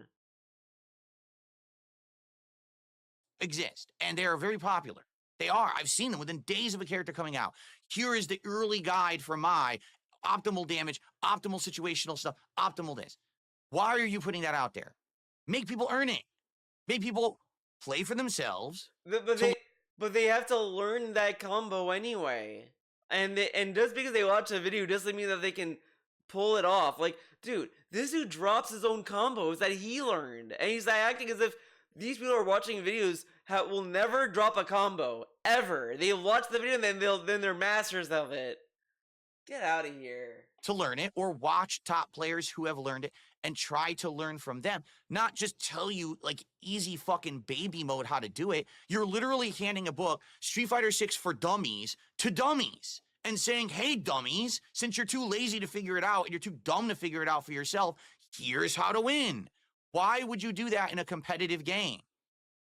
That's brainless. But it's a video game. Again, like there is like a sportsmanship of it where it is like, you know, beneficial to share tactics or whatever. Like, oh, this is what I do or this is what they do or whatever. Like that's just how it is. Like again, as I said, the running theme of in this is who cares? How does this hurt anyone, right? Who cares if someone else is watching a video on how to play a character? Like, how does that affect you? It doesn't. You should not be doing that. Again, if you were making personal profits doing it, I'd understand it. Now you're saying no one's even profiting from it. So you're literally destroying your whole community. This dude literally complained that they're doing it for profit. He said they're not doing it for profit. Then they're saying, well, now you're destroying the community for no profit. But how is it destroying the community? Again, he's assuming everyone is watching these videos. How does he know everyone's watching them? Or let alone retaining what they watched? Again, like, how do you know that they're not watching the videos and then making their own combos after, like, on top of that? Because eventually, again, these videos are accessible to anyone, both people who are playing Mai and playing against Mai, right? So if they know that this is an optimal combo, wouldn't you try to stop them from doing that? Like, you know, this is the only thing I kept thinking about, like, when we were talking about Jacko matchups. It's like, you have to have a lot of patience fighting Jacko, because you can't let a Jacko player play the game to let them get started. You can't let them do that. Secondly, you have to have the patience of Jacko kind of forces you to play the game that they're playing. Like, you have to, like, deal with her throwing her servants at you, in Strive throwing her servants at you, using the servants to attack, shield, explode, whatever. You have to, like, get through that and be patient with that. And if you're not willing to sit through and be patient with it, you're not gonna have a good time. But this is stuff that you can also learn on your own by looking at videos and this, that. Like, these are not, like, things that are a mystery to people, right? Like, all this stuff is knowledge that you can look at. And to say that the existence of these videos are going to destroy the community is very, like, baby brain thinking, where you're not really thinking, well, if they know that this is an optimal combo, I know that's what they're going to be looking for when I play this character, so I can maybe do another combo to throw them off to lead into that. Like, that's all it is. You get that, right? Right? Basically, if you didn't give the meta away within a week, people would have more time to discover. Again, that's why, like, if everyone that fights against DSP watched DSP's streams, they'll just know how to fight DSP easily. That's why, again, when people download this dude online, he gets bodied hard. Like, it's not even, it's like, it's really like you see a baby just being thrown down the stairs at that point. Like, that's what ends up with DSP. More time to enjoy, more time to not get crushed by the top tier strategy immediately, okay? I don't understand why you think that giving away the keys to the kingdom on day 7 is the right thing to do. You're essentially taking away that time period when things are fun and just saying, here it is, everyone play exactly the same from now on because that's the best way to play. You've lost me. That was not what competition and what Street Fighter was about back in the day at all. At all. Because to some extent, your ability to learn a fighting game for yourself, the speed at which you discover things, you adapt things, you improve things for yourself, was a measure of skill. And by you giving all of that information on the internet away for free within a few days, you have erased that skill check from fighting games. But that's different, though. Again, like, why do you think there's these upsets in tournaments? Again, like, when Nitro won as Jacko, it was an upset because people were like, they did not expect Jacko to even make it that far in a tournament, let alone win. And that's like, people are like, holy shit, Jacko won? Whoa! And people are like, popping off in the community. Because it's like, you still get those moments. Just because, like, there's all this tech out on the internet, that doesn't mean that you can't win with the tech. Come on. Get out of here. Games. You have made it so that anyone who has time to lab can literally play fighting games at the meta level. Now, I'm not saying those people are going to enter a tournament and win, but they're all going to play exactly the same. And again, that stands to reason with my point that I had said. This is why every Cammy plays exactly the same. They all watched the same videos, they studied the same tech, and they were told is this that is how... why when, like, people, well, P said this a lot when he was restreaming DSP playing Street Fighter 6, and DSP would go against Straw, that like Raw does a specific move that's like the Raw special, and I'm like, if they all play the same, then wouldn't the Raw special be generic as fuck, and like, and piece to piece would not be able to pinpoint that's Raw playing or whatever. Like that's a big tell, I guess. I mean, I never played Street Fighter 6 with them because I don't really play that game regularly, so it's like I'm not gonna like uh bother in, in my opinion, because it's like, well, I don't play that game that often, whatever, it is what it is. But it's like, yeah, they play against each other so much, but they know that one move is like unique to this one person, right? Come on. That's how you do it. So now that's how they all do it. And the game sucks. Sorry, the game is boring when everyone plays exactly the same. And that is what happens when you expose the meta too early. And that is what everyone is doing with FGC with these games. And that's why they're disposable. That's why Street Fighter 6 isn't going to last 10 years like other games have. Do you think that a year and Dude, do you think these dudes wanted to last 10 years? Dude, this dude bitched and moaned about Street Fighter 5 having 5 seasons. And this dude is like, you think it's gonna last 10 years? No fighting game is gonna last 10 years. Like, I'm sure Strive is probably nearing the end of its cycle. I think I feel, in my opinion, it's gonna have one more season after this. They're gonna have season 5, and then that's gonna be the last season, and then it's gonna be another 2 years. Then we'll get like Guilty Gear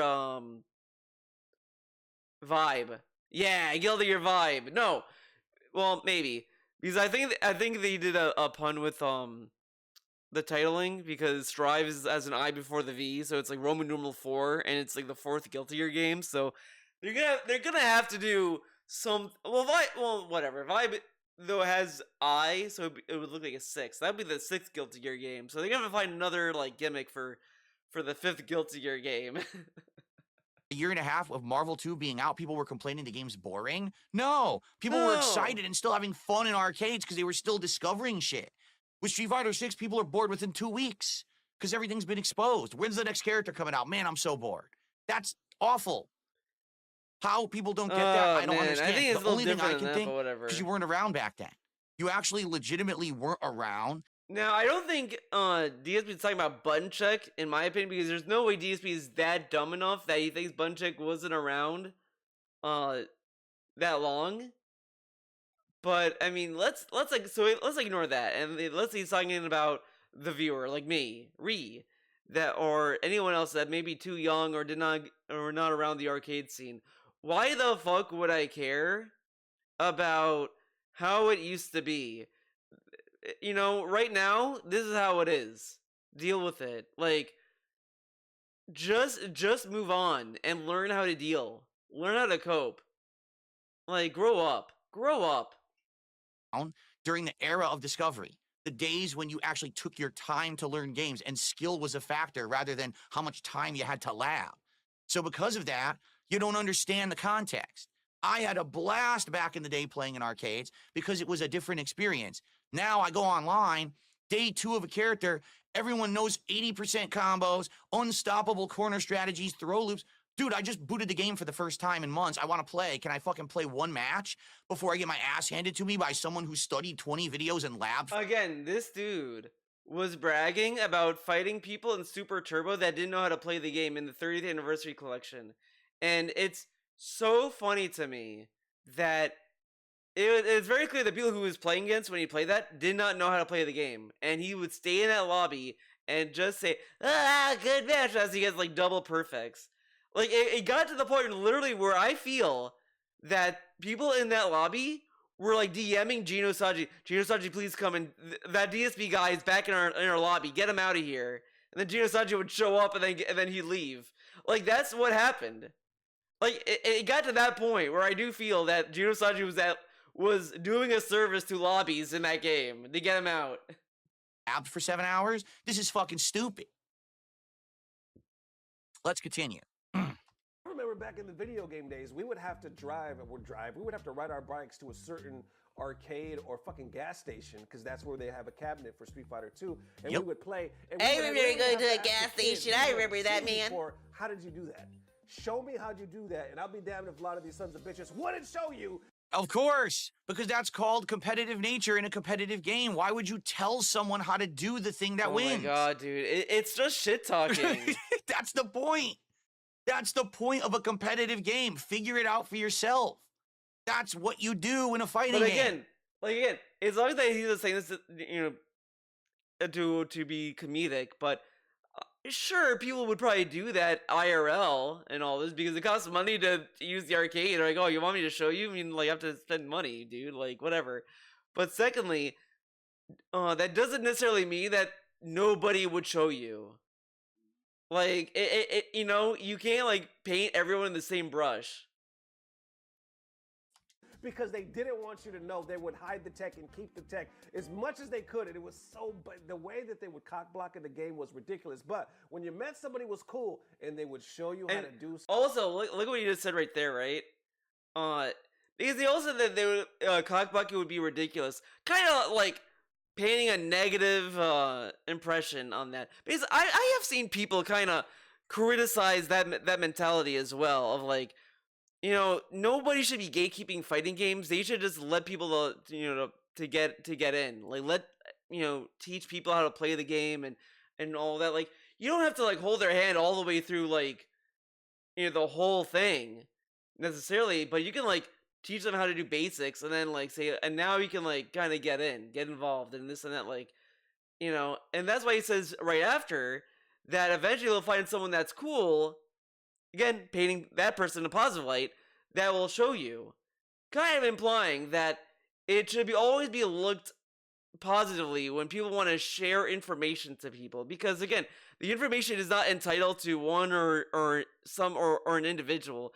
It should be open for anybody to look at. Because at the end of the day, it's a fighting game, and what better way to keep a fighting game alive than to spread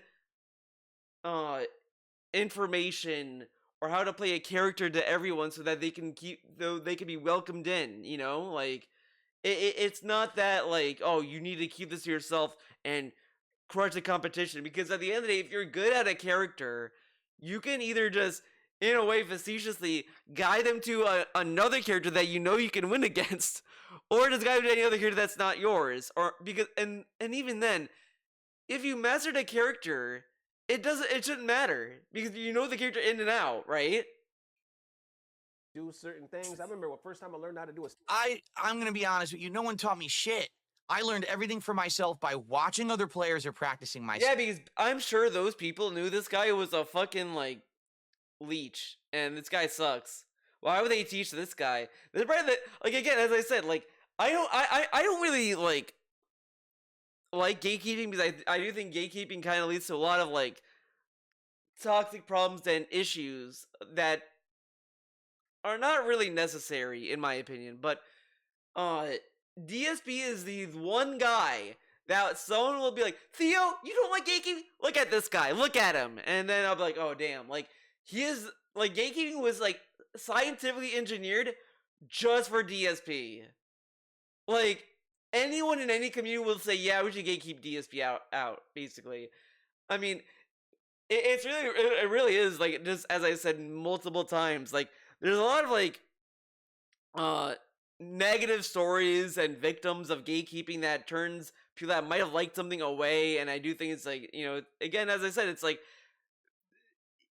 it creates a bad environment that doesn't need to that did not need to happen, right?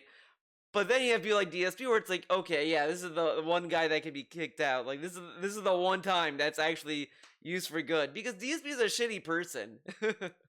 like come on, look at him. He's a shitty person. A dude made a positive video featuring DSP, and DSP is taking the video and making it negative. Like, it takes a very unique person to do that. Myself. I didn't learn a single technique by someone telling me this is how you do it. Not one. It's winnable, it's doable, but you have to have skill. You actually have to have intelligence, not just time. You actually have to have some level of like intelligent thought to actually think about how the game works and how this might work and experiment. Like I think he talks about this in this video eventually, but when he talked about watching Blanca videos and all this, and let's assume he was just watching pure matches. Did he understand why like a Blanca would do that combo? Why was it optimal? Why did he do it? Or did he just see it and says, okay, that must be why he did it? Like, does he know why he does half the things he does when he plays a fighting game? Like, he seems, in my opinion, he seems to be the problem that he's saying other people are. Experiment with it and then try that and then do this and then you figure it out. Not, oh, there was a nice guy who told me how to do it. I met 0 nice guys at arcades who taught me techniques to win a tournament. Again, this dude says that he was a toxic asshole in the FGC days, and he would troll people, and that he like celebrated people like bullying this one kid to the point where the kid climbed up into the ceiling or whatever the fuck. And then this dude is sitting there saying like, no one was nice to me. I thought you were a troll. Why would they be nice to you, right? Ever. Standing blade kick with God was Street Fighter 2 about my damn life changed. Anyway, when you met somebody that showed you the meta, damn, it just took everything to a whole new level. And yes, that was exciting. But you know what would have been even more exciting? If we would have had more meta. You know what I'm saying? If we would have had like magazines and online searches. Or oh wow! Look, this dude is saying is advocating that it would be more fun if there was more information out there to read and digest. Because again, there is a level of fun when you learn a character by looking at how other people play the game and reading about it or whatever. And that's what YouTube is for people. Like, they go to YouTube and they watch other people play a character and they learn the character. DSP is mad that other people are doing it and they're doing it at a faster rate. Like, then when should they do it then? You know what? Do you think he's saying this? At some point, he should explain when is the right time for people to upload those videos then. When should they upload it? When is the cutoff? Right? Show this and really make us like dive in. And again, the other issue that runs into this is the frequency of patches. But like, because he says a year, that's irrelevant then. Whatever you learned the day one Mai is going to be irrelevant by next year or by next patch even. Like, the game does change with patches. I think though Capcom said that they either want to do fewer patches or they want to do like minor patches. Like, it's some weird shit like that. And it's like, okay, you know, so there might be some leeway, but when is the time for them to upload those videos then? Because if a week is too short, then 2 weeks, a month? Like, how long? To unlock true potential. No, because that's not competitive. That would not have been better. Again, why did Marvel 2, why did Third Strike, why did Super Turbo to this day, why are these games still prominent? Why did they last a decade holding down the competitive community when there were no new Capcom fighting games? Because the meta wasn't fucking destroyed. But when there were no new fighting games, that's all they had to play though. Like, that is the dumbest statement. Why do you think these games held down the community when there was no new games? Because that's why there were no new games. What were they gonna play? Like, dude, why do you think that when Street Fighter 4 came out and then all these other fighting games started to come out, people started to leave these older games in the dust? And they may play here and there, sure. I mean, of course, like, no game truly dies in my opinion. But you have all these new games that of course is going to get more of a player base. Like, hello? People kept experiencing new things in the meta the more they played. Eventually, things staled up. Like, I would say probably 6 years into Marvel 2, finally almost everything had been discovered. And now you're like, okay, we're kind of burnt out on it, right? But at least you got a long time out of it. Instead of just rushing everything to the internet. I don't want everything on the internet for a competitive game. That doesn't make sense because then there's no fun. It really, and I think what it is, this generation of gamer, and I'm not shit-talking Button Check here at all. But this is being so negative. Like, again, I fought, like, Jackos in Strive that I love losing to. Like, dude, this one Jacko player got me to the fucking corner and then did like a loop where she like I would hit the wall, she would pick up a minion, have the minion attack, then do a kick, then drop the minion, then like use the minion to attack, then summon another one. Like, it was just an endless cycle where I just saw my characters going around in a circle basically until the wall phase happened. And it's like, that is crazy. And that's the one combo I would like to learn. I tried doing it. I tried doing it. I couldn't do it. It was so fast and precise. I could not do it. I just couldn't. I could do like semi that, like a slower version of it, and I made that work for me. But it's like I could not do it. No matter how many times I watched the replay, it's like I can't do this. What the fuck is this? This generation of gamer never experienced the fun times of fighting games and doesn't even know what they're like. Instead, to them, it's just, I want to know all the knowledge. I want a lab. I want all the knowledge. I want a lab. I get zero fun out of having all the knowledge and labbing. Zero. I have never once sat in a training mode, practicing a combo, doing a trial, and said, this is fun times. Do you want to know what? Dude, nobody literally like goes to the lab and like jumps up and down and says this is fun. But if they want to get good at a game, that's what you do. Like, it really is like, hey, you want to do like the anime art style? Well, you gotta get good at drawing like real people before you do that. Like, you can't just have fun. You gotta eat your vegetables. You can't go straight for the dessert. And DSP is like saying, I want to go straight to the dessert. I don't want to eat my veggies. You know when I had fun? Playing against people. That's when I have fun. And if I play against a person and during a match I learn something, oh, that beats that. So, why couldn't he learn that when he plays these other people who watch the tech, right? Like, what is the difference with this? Oh, my opponent watched a video. They knew a throw loop. How can I learn? How can I possibly learn? Well, maybe learn what beats a throw loop. How are they getting so close to throw you? Maybe try jumping if you think that they're like, and he gets mad that it's a 50-50. Like, if I take the throw, if I jump, then he can punish that. Yeah, but that's like the point. What is the, like, you take the throw, and you know that after you take it, he's either gonna throw again or he's gonna do another attack. Maybe you take the throw, do drive impact. Take the throw, jump. Take the throw, low hit. Whatever. Why not figure something out then? But he can't learn that because he's too busy getting mad that the dude watched a video. Oh my god, I keep pressing I. Ooh, look at that. I just made a combo up right on the fly by trying it, and it worked. And now I'm going to learn that execution for next time. And this and that. Oh my god. Those are the moments I learn something. Oh, that beats that. Ooh, look at that. I just made a combo up right on the fly by trying it, and it worked. And now I'm going to. That is so. I mean, he makes snapping his fingers cringe as fuck. But this dude literally is like so dented. He's like, I made a combo on the fly. I mean, sure, I play like that, but at the end of the day, it's kind of mashing. I'll be honest. I've been mashing. I mash my way. Sometimes you just gotta guerrilla your way. You gotta guerrilla your way to victory. You see a way that it's like, oh, if I could just mash and that could win, you take that win. You take that W. I'm going to learn that execution for next time. And this and that. Those are the moments of discovery that are meaningful and give you that fucking adrenaline rush. They give you that level of, like, accomplishment. Not, oh, I copied someone else from a video in training mode for 5 hours and then I did it in a match. That gives me zero feeling of accomplishment.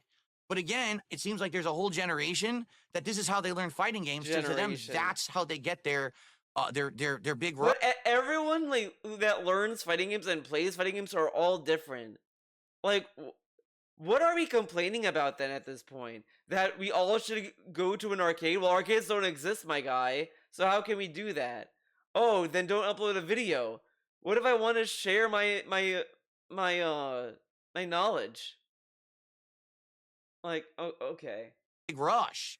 If that's the case, then why did he upload the video about him doing training, right? Oh, sorry. That's not how anyone got a rush back in the day.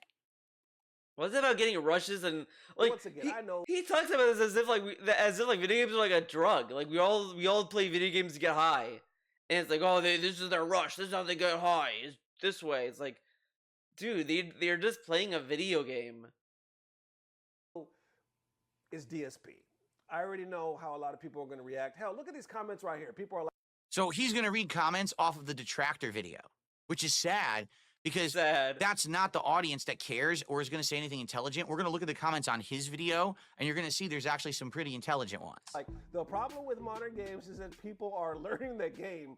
The problem is that people are learning the game at too accelerated of a rate that they didn't earn. What is this? And you know what? This dude's like, this guy in the FTC, he was amazing. He learned so fast. Like, I remember, like, praising, was it either Tokido or Justin Wong or someone, some FTC guy. And he would brag about how this dude, like, learned on the fly and learned so fast.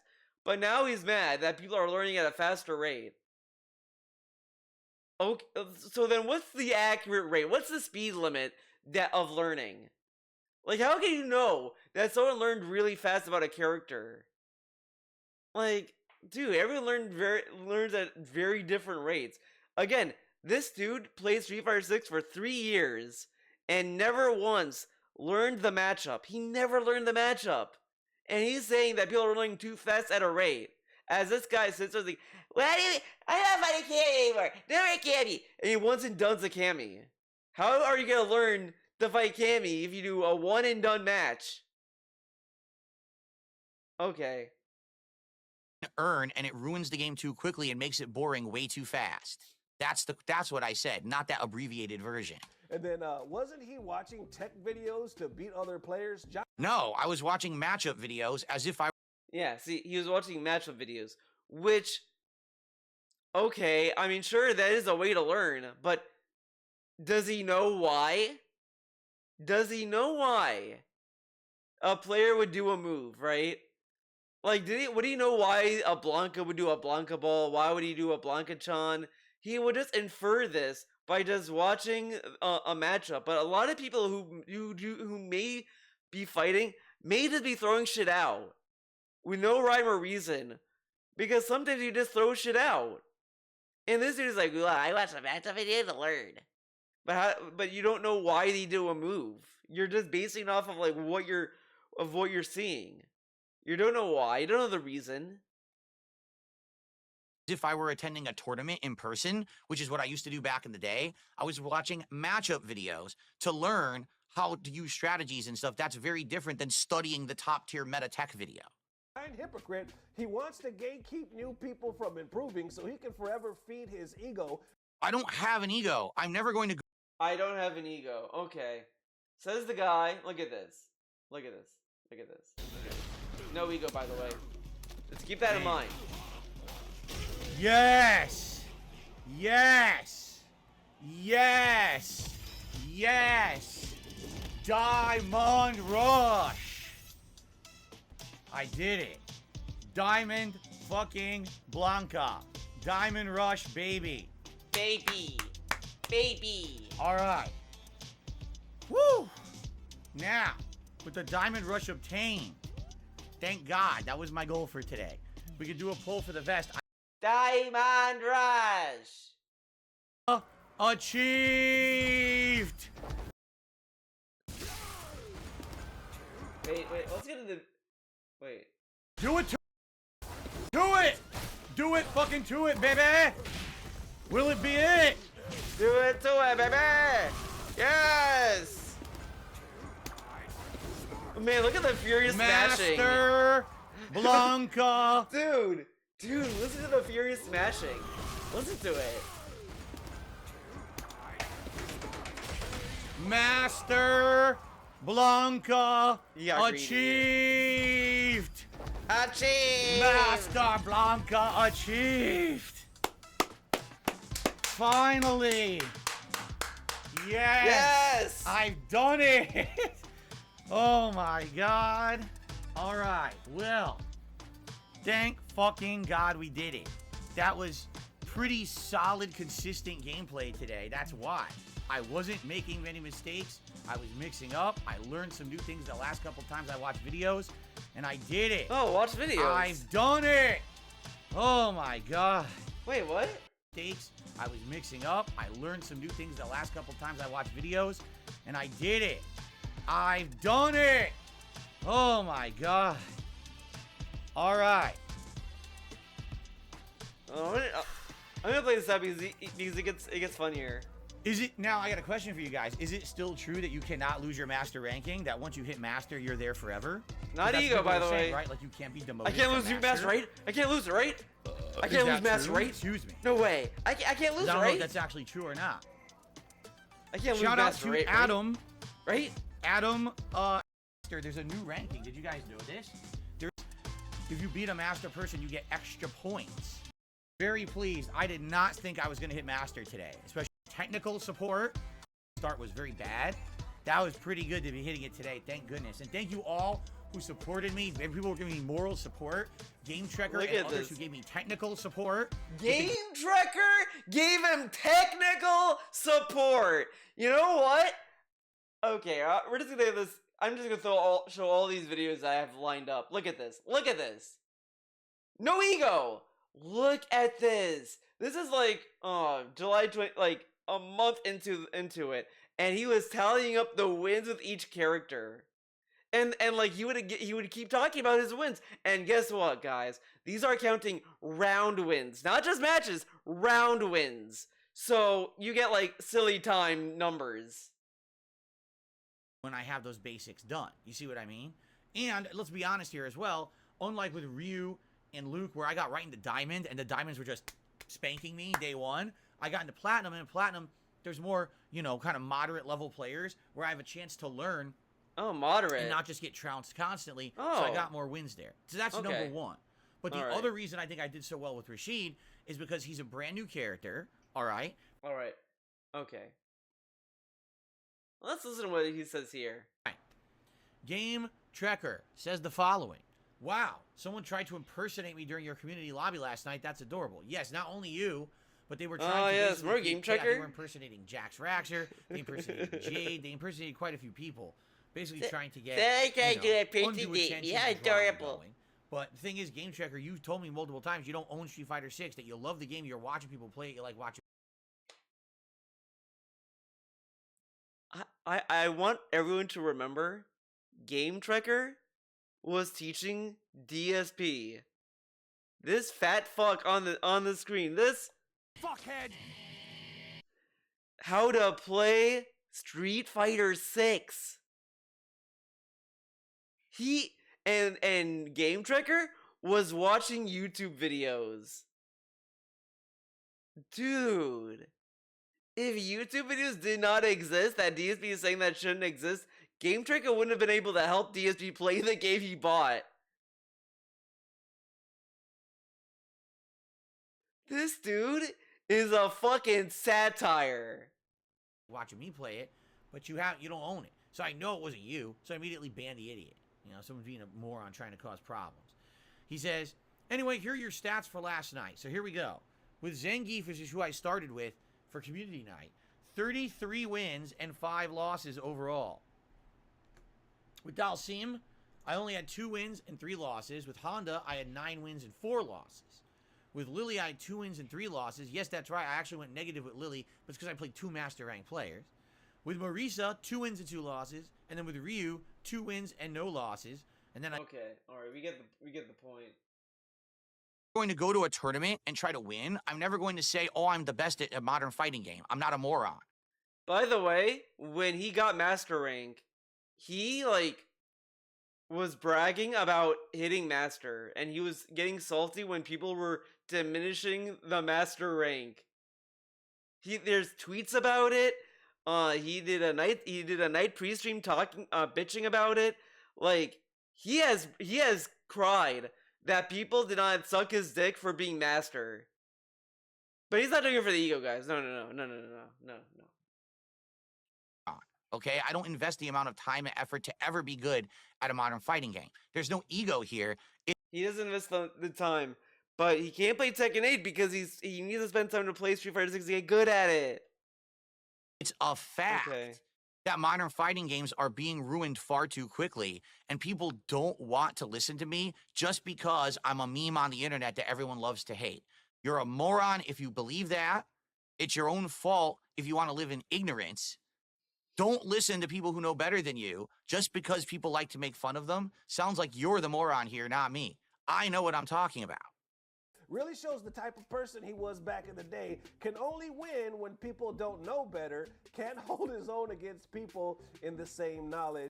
Except that I'd regularly beat top players who had way more experience and knowledge than me back in the day. Nice try. I was known as the upstart up and Oh my people in the same knowledge. except that I'd regularly beat top players who had way more experience and knowledge than me. But that's different though.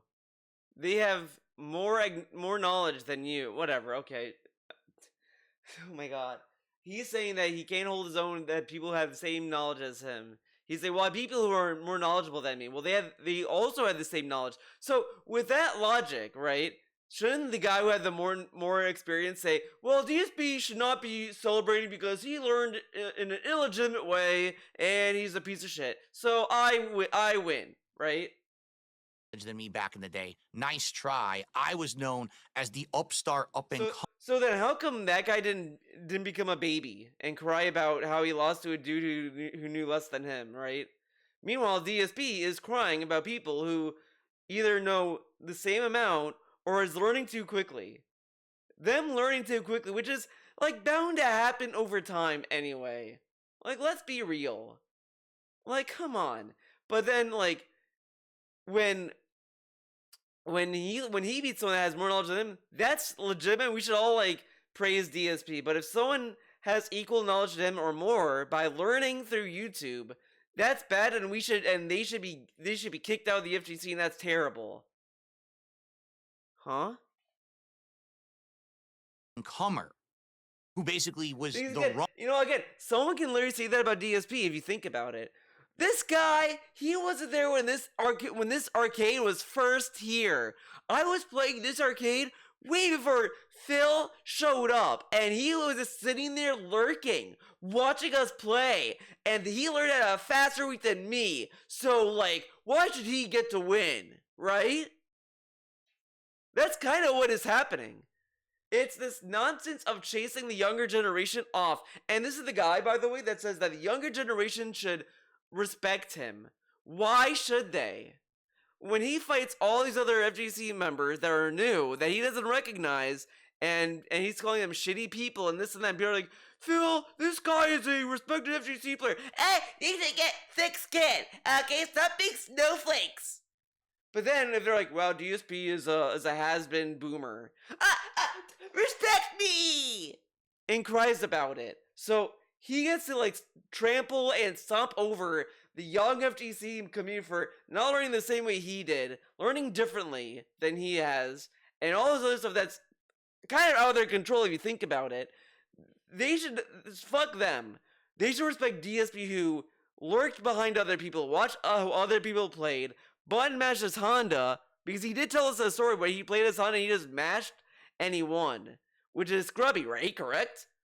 But this dude is such a piece of shit to even say this. Listen to this. that I'd regularly beat top players who had way more experience and knowledge than me back in the day. Nice try. I was known as... Again, the dude who had more experience did not bitch about DSP beating him and saying, well, DSP, he learned faster than when I learned, so fuck him, right?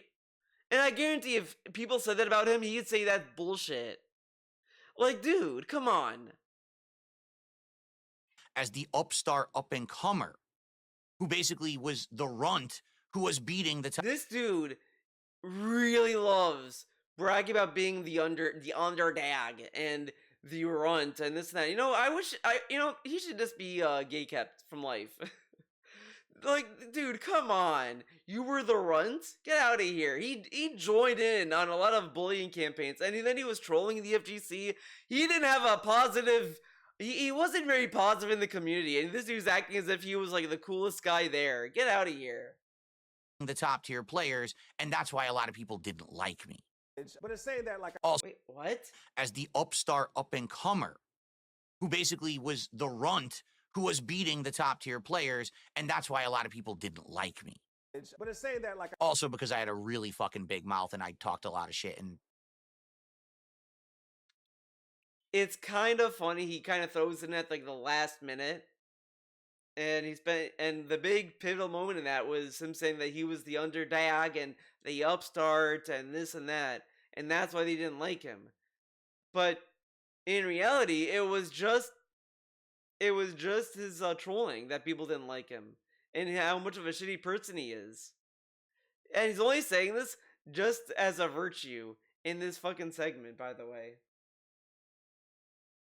I regret that now. I said, I see how people are going to look at it. But this Do is probably you the though? most, like, Do nuclear you? argument. He said, Again, if he regretted being such a toxic person in the FGC, then why is he so angry when people don't give him respect? Because maybe they're still hurt by his trolling. I mean, that's kind of funny because I don't think anyone really was that hurt by it, but they probably didn't have a lot of positive things to say about him, and that it probably persisted.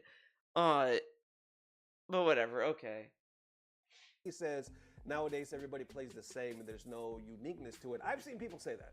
I have seen a lot of people, even pros, say that with Street Fighter 5 and Street Fighter 6. They're like, there's no, you can't look at a character without seeing a name and tell who's playing it, because it looks like a lot of people play the character exactly the same way. As opposed to like Street Fighter 4, when you could just see a character, certain movements and how they play. And you But I kind of think that's. I kind of wonder. I feel like DSP said even in Street Fighter 4, people play the same and they all play pattern, because that was kind of when Capcom introduced shortcuts in combos or whatever. That's pure or easy mode That's Momochi, because everybody seemed like there was uniqueness. I don't. Completely correct. Because the meta is exposed so early, no one is incentivized to play the game in a unique way. So even the top players memorize the top tech and just execute it right away. If you watch a matchup right now of two top players playing and it doesn't have the names on the top of the screen, I would challenge you to tell me the names of the players accurately who's playing, because you really can't. It's the same gameplay no matter who's playing now. So that's boring. And it never was like that back in the day. It wasn't. You play Super Turbo, you could fight someone who's using Chun-Li. One person uses her as a ranged character who's zoning you with fireballs and anti-airs. Another person is completely rushing you down. Another person is doing air domination where she always beats you in a jump. And every matchup felt different. Now you play fucking Street Fighter 6, every person who plays Chun-Li plays exactly the same. I rest my case, and apparently people agree with me. Don't know if that's really what he's getting at, though, because it seems like he's talking more about meta and not the actual state of the game. The biggest complaints he's having is like the games are too easy, they're all brain dead, and if you release meta too soon, everybody consumes it and they end up playing the same way. And it's the same. Well, basically, I agree with both of those points. I do. The top tier players all play the same because the game is too samey. He agrees there's not with enough himself. originality because the meta is exposed too early. But it also makes it that everyone plays the same. It just makes the game boring too quickly. And that's why Street Fighter 6, every few months, everyone's like, oh, I'm so bored. When's the next character? When's the next update? And it wasn't like that back in the day. People were very satisfied with fighting games back in the day because you didn't have the meta being rushed through within a... This thing about the character, who's the next character, I kind of think that's kind of bullshit, what he's saying. Because I don't think that they're saying that because they're bored. I think they're saying that because they're excited to see who's gonna be added next. Because, you know, a lot of people were split on season 2 of Street Fighter 6 because it started off with Bison, with everyone's like, this character's dead. You're bringing him back from the dead. Wow. And then you had 2 guest characters, and it's like, you know, okay. And of course, people want to see how Elena's going to translate in Street Fighter 6. And then now people are wondering what's going to be in the 3rd season, because they want to see, is it going to be more guest characters? Is it going to be all Street Fighter characters? Like, you know, that's what's going to happen. But that's just the state of the game, because DLC is now a fundamental thing in fighting games. Like, a fighting game is going to be announced, but you can bet your ass there's going to be season passes with that game, and you're going to see who's the character, right? So I don't think it has anything to do with the game being boring, and just a general curiosity of who's going to be the next character added within a couple of weeks. Anyway, like I said, there it is for now. How y'all feeling about that argument? Is the release of meta too quickly in content creators ruining the state of excitement for fighting games? Let me know. And there it is, ladies and gents. All right. And the one other thing I'm going to say, because we're going to look at the comments of the video now, because he actually has some an incredible amount of idiots. Of course, Incredible because all my amount. haters rush to his video. Okay. DSP is the last person to be complaining about figuring out a character too early when he doesn't even practice basic punishes on half of the roster of characters he fights, and complains about he's just looking for attention and we really shouldn't be giving it to him. We really should not be giving it to him. I agree with that. When it says DSP, he just said incredible amount of morons. But I actually highlighted a few interesting comments here that I felt, there. I was going to say, did it delete them? No, there they are. I actually highlighted a few interesting comments here that I feel actually are very intelligent. Why couldn't he like highlight the critical ones? What? Oh yeah, he scrolls. Has some Look at an incredible amount like of a idiots. madman. Of course, because all my haters rush to his video when it says DSP. He just said incredible. Let's see. There are legit homeless people who are so grateful they aren't like DSP. DSP spent a lot of money on WWE champions. Okay, DSP is a literal rage quit in the flesh. If it's so easy these days, why ain't he a Capcom Cup? Yeah, good question. So for DSP's take, DSP literally thinks hitting the lab is being a tryhard. He said it at the beginning of his rant. He claims no one goes in and practices it anymore. So he doesn't go into the practice anymore. He'll go online to learn a character, get his ass beat, and then make excuses like, I'm trying to learn the character. I don't know what I'm doing. Yeah, Incredible amount of morons. But I actually... Every character is made useless. DSP DSP be thinking he's cooking so much with such goofy takes. So because this isn't the Stone Age of the FGC, where the standard of excellence is peak and top players can't hoard game knowledge anymore. It's an issue. Miss me with that. The fun of the game isn't the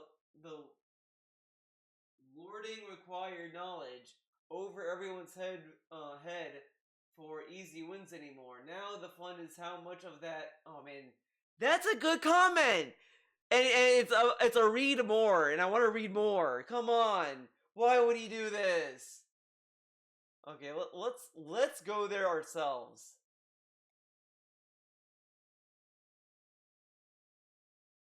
Fun chicken.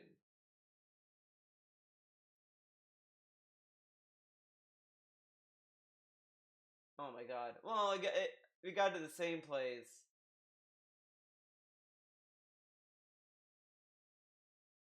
Okay, I don't need the video intro.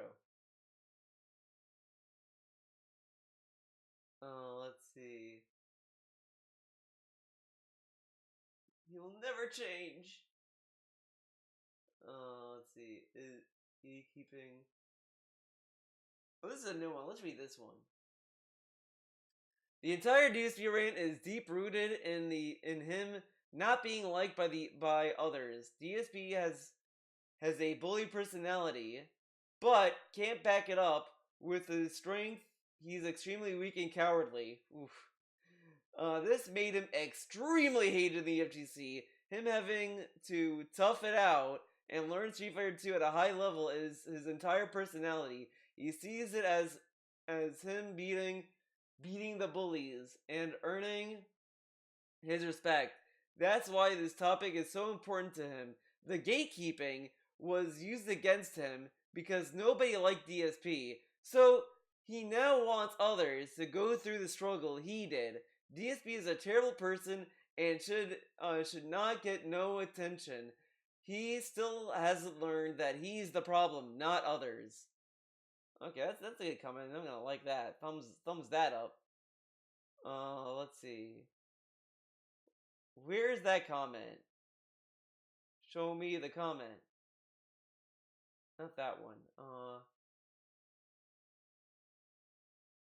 Fun.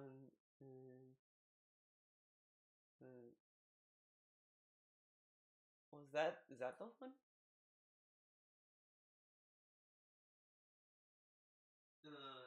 Phantom. That's Phantom.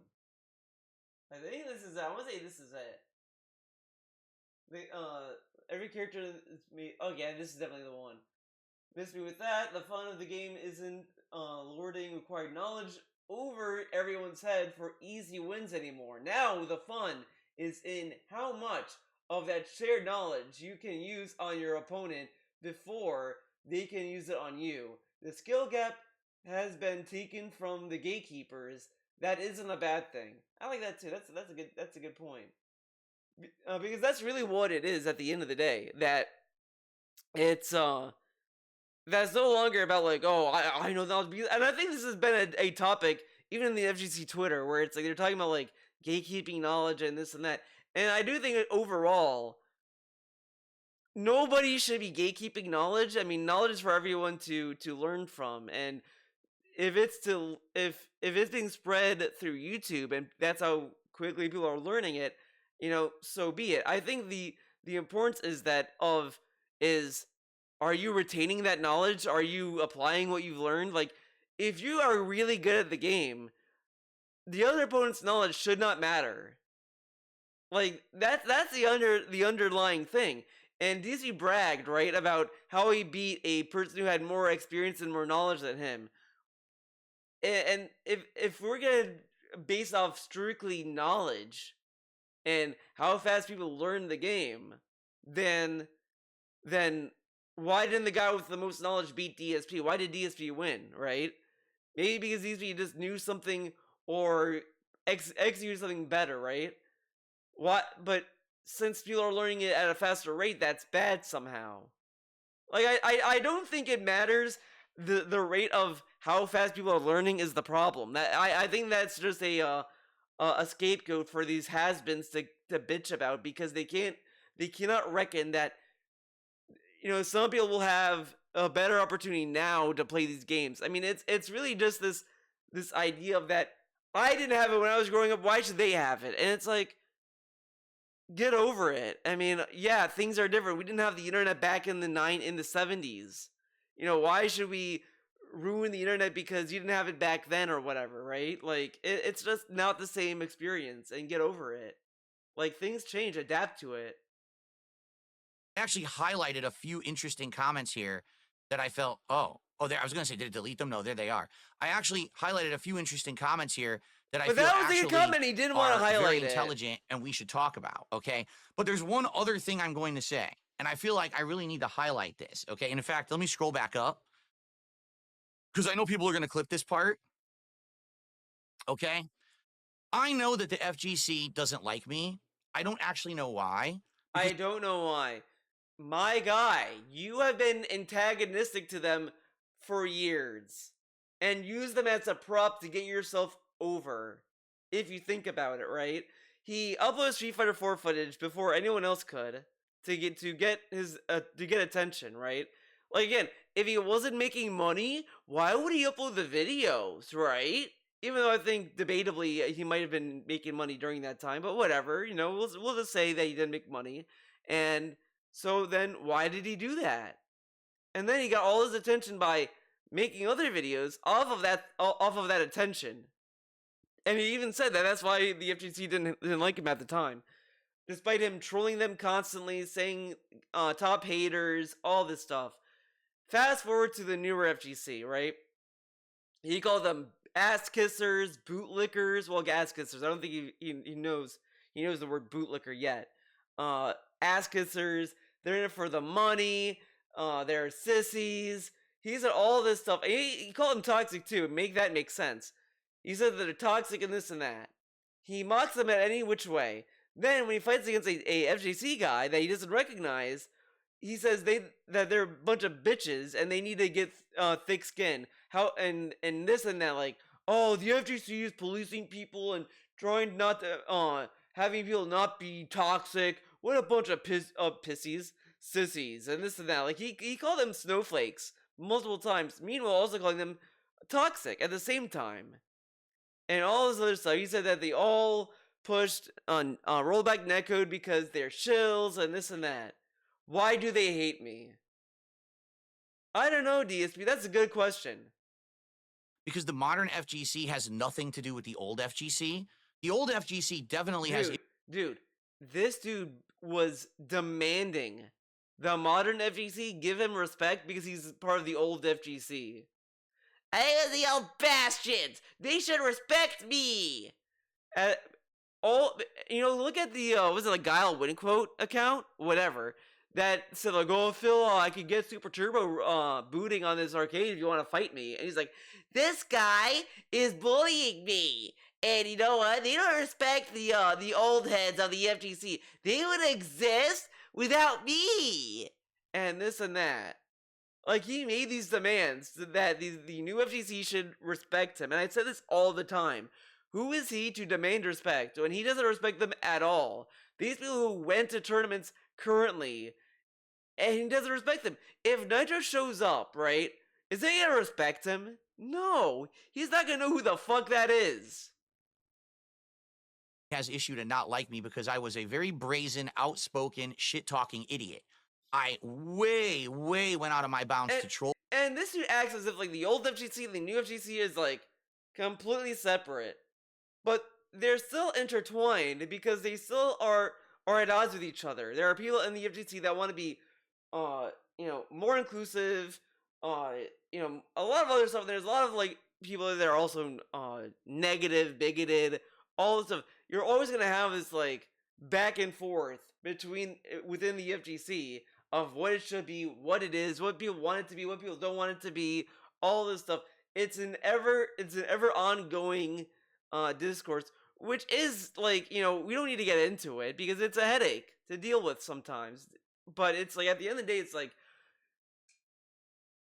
it's not that the old FGC is so irrelevant. It's still part of it because it still influences a lot of people's impressions or experiences with other people in the FGC, and then some people say, well, we should strive for better. We should strive to be more inclusive.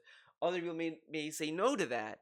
It's always an ongoing debate, and this dude is talking as if that doesn't happen. Troll people and act like a jerk in the fighting game community from the years of like 1999 through like maybe like 2005, 2006. But then I changed. Then I stopped being that asshole, and I actually became. Then he says he stopped being that asshole. Then why does he demand the younger FGC to automatically give him respect and then act as if like that he doesn't owe them respect, right? Like, he fought against, I don't remember the dude's name, to be honest, but he fought this person in Street Fighter 6, said this guy sucks, says he's a bitch or whatever the fuck. Dude tells him, hey man, this is a guy in the FGC, and he's a pretty good player. And he's like, he didn't get some thick skin. And he's like, and he had multiple rants saying that they need to toughen up and stop being little bitches. And then this dude is saying that, why do they hate me? Actually became a more positive force in the community. He's a positive I started becoming a tournament organizer, and I actually got really good at Super Turbo. So at that point, I actually got a lot of respect in the community. And then effectively, I retired around 2007, 2008 because I got a back injury and I couldn't really travel anymore. He did not get respect in that industry in that time period. He got 4th place at EVO. People say that it didn't count because it was a bugged ass, dumbass port of Super Turbo. They wanted to fight him again, and I think he either turned them down or didn't give a fuck about it. This dude did not give a fuck. This is a lie, a blatant lie. No one respected him anymore to play Street Fighter.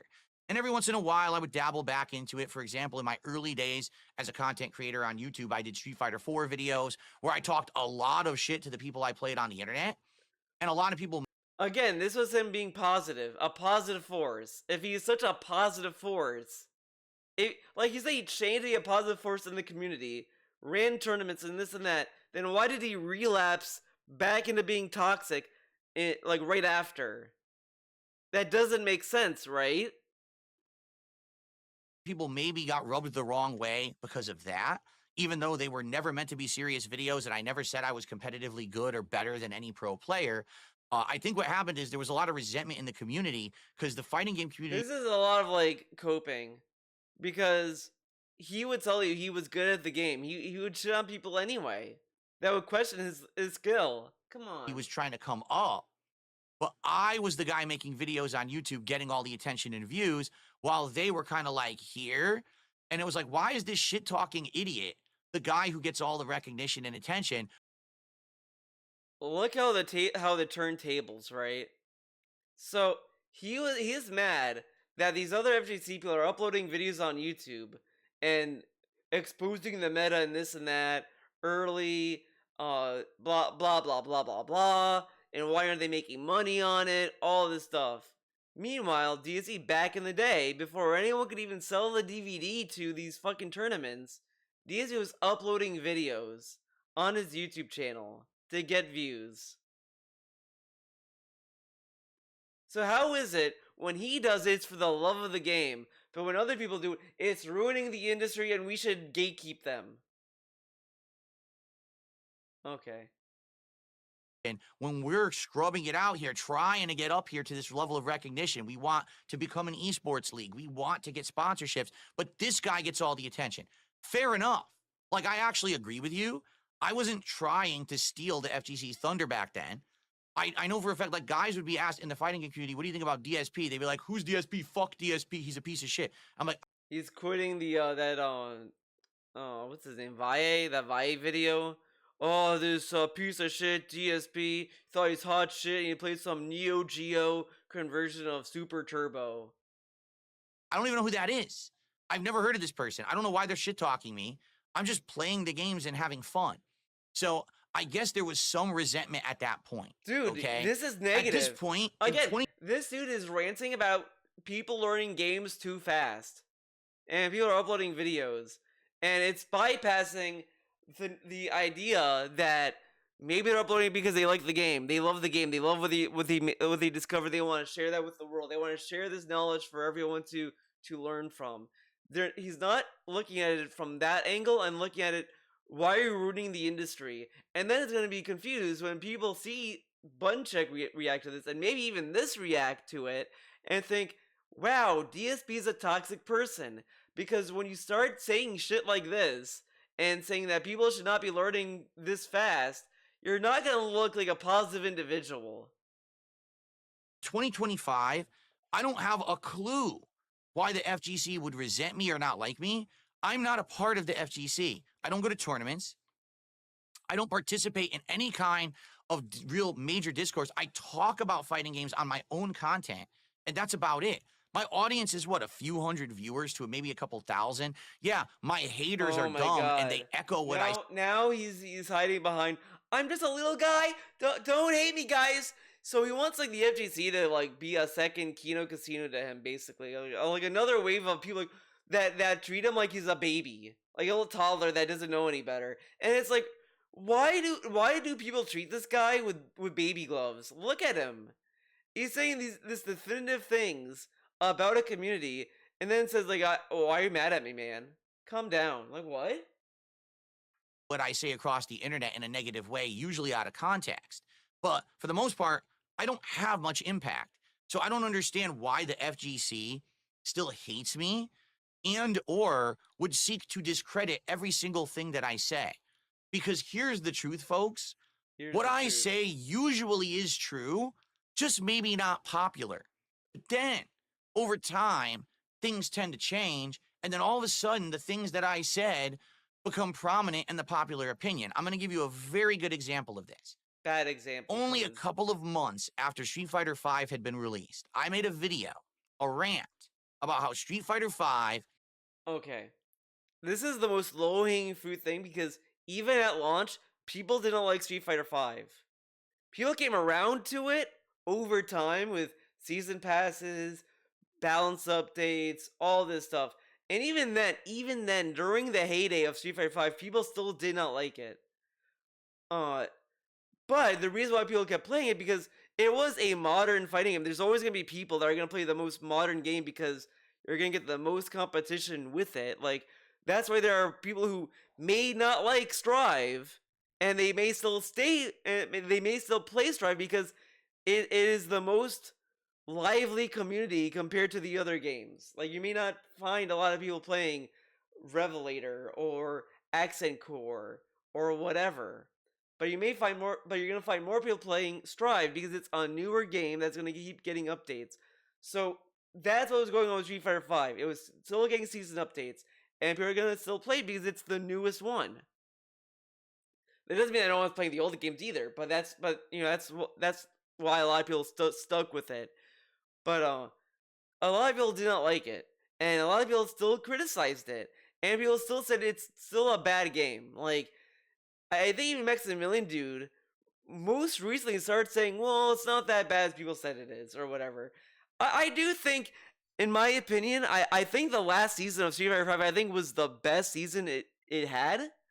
Mostly because it did a lot of stuff that I did not think it was going to do. Like, Akira was the weirdest character in the game. Like, she has moves that look like they're glitches. Like, she has that one move that literally launches you so far up into the sky. I'm like,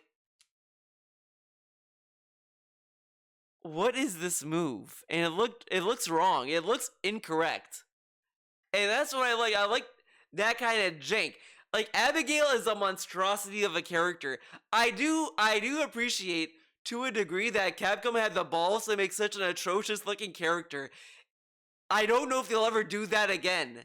Like, are they gonna do that in 6? Imagine if they bring Abigail back. I kind of hope they do. I would love to see what they're gonna do to Abigail in Street Fighter 6. I would love to see what they do to that character, because I can't wrap my mind around what they were thinking in Street Fighter 5 to make that character look like that. I can't think of it. It's like cartoonishly huge. And I would love to see them do that again. Why not, right? But like, people still did not like Abigail for obvious reasons. They didn't like the game for a lot of reasons. And DSP's acting as if like everyone was like spreading a lie, saying the game is good. Of course there's gonna be people that are gonna say the game is good and they may change their mind. But that's like case by case basis. It was not a good fighting game. I outlined very intelligently the different things I didn't like about the game, including the ridiculous amount of input delay when you play this game offline. He did not know about the input delay until someone told him about it. Just keep that in mind. He did not know until someone told him. I vividly remember he was playing Overwatch. He got a tip or whatever the fuck saying, Phil, did you know that this happens? Like, oh, wow, that's terrible, man. And then that's what he went with. Offline and online. The fact that characters played like patterns and too samey, and then it didn't feel like the game was playing like Street Fighter, but instead like they were trying to make it a different kind of game. At that time, everyone said, no one knows what DSP's talking about. He's an asshole. He's a negative meme. Discredit everything. But all of a sudden, Street Fighter 6 comes out, and what starts to happen? Almost everyone in the FGC starts to admit that Street Fighter 5 was not a very good game, and Street Fighter 6. That's not incorrect. That's not true, though. There has been people who did the opposite, actually. You know, like Maximilian Dude is one of them. Is just so much better, which is exactly what I was saying back in the day. People started directly agreeing with the points that I was making a decade ago. But because I was DSP, no one wanted to listen. But here we are 7, 8 years later. Oh, yeah, this is all true. Well, what about when Phil said, oh, no, that never happened, right? Right. So here's the deal. If you're someone on the internet who's maybe just seeing this for the first time, maybe just look into it a little more. Maybe listen to what I have to say. Maybe don't listen to all the white noise around the but you listen to what you had to say, gallery though. of people who say negative things about me. Dude, I was playing. He only read the comments just to like see. This is what the comments said, and the comments that he picked, by the way, weren't even bad comments. Like, they weren't like, Phil's a scammer. He's an idiot. He did this. He did that. It wasn't even that. It was like, oh man, he's just the gatekeeper. Fighting games since the day Street Fighter 2 was put in arcades. I was part of the competitive FGC from 1999 until through 2007, 2008. I was there during the grassroots. I was there when the games were becoming formative and competitive. All right? FGC. I know what I'm talking about when I'm talking about fighting games. You may not agree with my opinions, and that's perfectly fine. You may not like me as a person, but you should at least acknowledge and respect the fact that I have experience and I know what the fuck I'm talking about.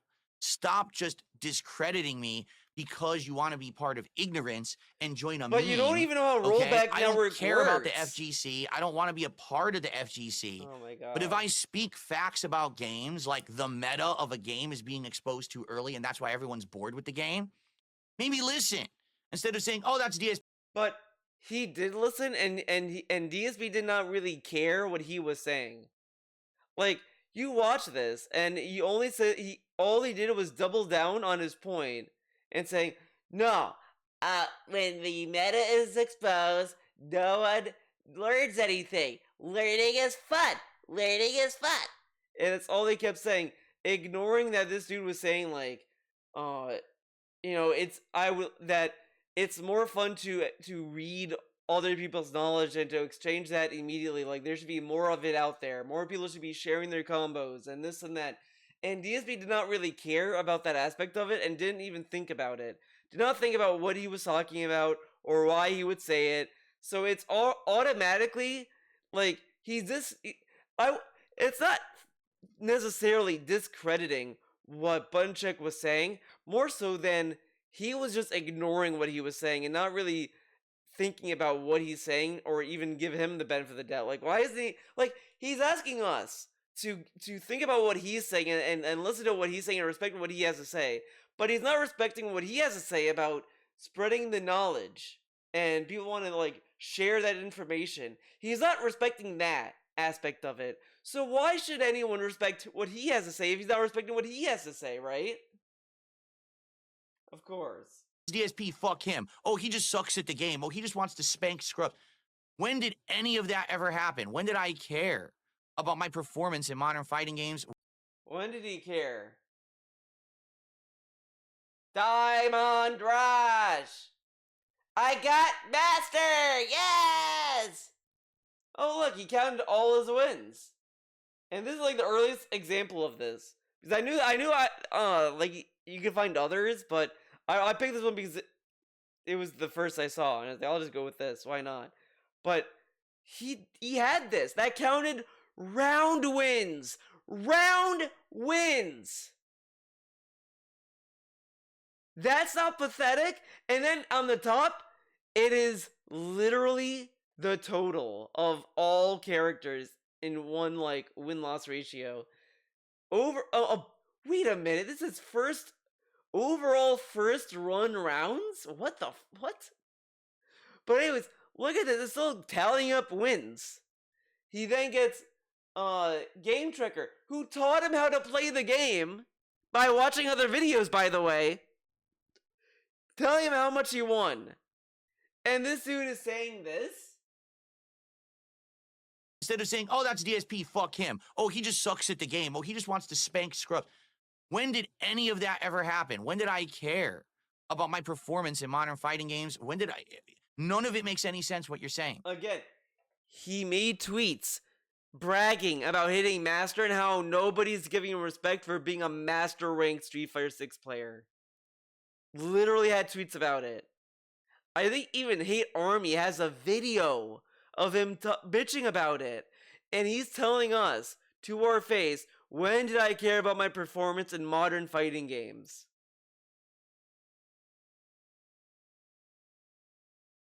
Why do you play casuals, my guy? Why do you stay in casuals? Why don't we want to play ranked? Stop just writing things off because you want to be a part of this negative force on the internet against something. All right? Use your brain. Think for 5 seconds before you act. Fair enough? Fair enough. Now, based on that, if you actually scroll through all of the nonsensical bullshit things, look, the blocking mechanics, ick. By the way, he has a shirt that says I'm pushing buttons. I'm pressing buttons.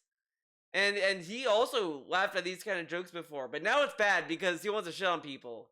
Like, only do negative memes when he wants you to do negative memes. Only then he'll do it.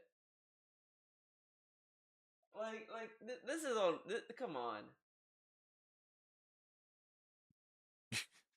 You're trying to correct a homeless man and convince him there's 0 goblins in a tuna sandwich. It's just nonsense. It's mind-numbing bullshit. a bunch of idiots screaming at the internet, trying to get group recognition to say, well, DSP's a jerk, so let's all act like we're smart.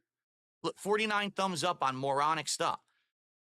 DSP has no point at all. He literally begs for donos and threatens his viewers to stop playing if they don't pay. What the fuck is he on, Hundreds of thumbs up on moronic comments. Morons stroking morons. But if we actually dig deep, you'll find a few intelligent comments way the hell down here. For example, Whatever, I understand DSP. Today's fighting games, the characters are limited. There's no uniqueness to the characters anymore. Oh my god, dude. This is, like, annoying. Everyone kind of plays them the same way. Back in the day, in the days of Street Fighter II, for example, there were many different ways to play with Ryu. There are many legends who were famous for it, like Choi's Ryu was different from Vaille's Ryu. Mike Watson's Ryu is different from Tomo's Ryu. There were more uniqueness and creativity. You kind of stamped your signature on how you played a certain character.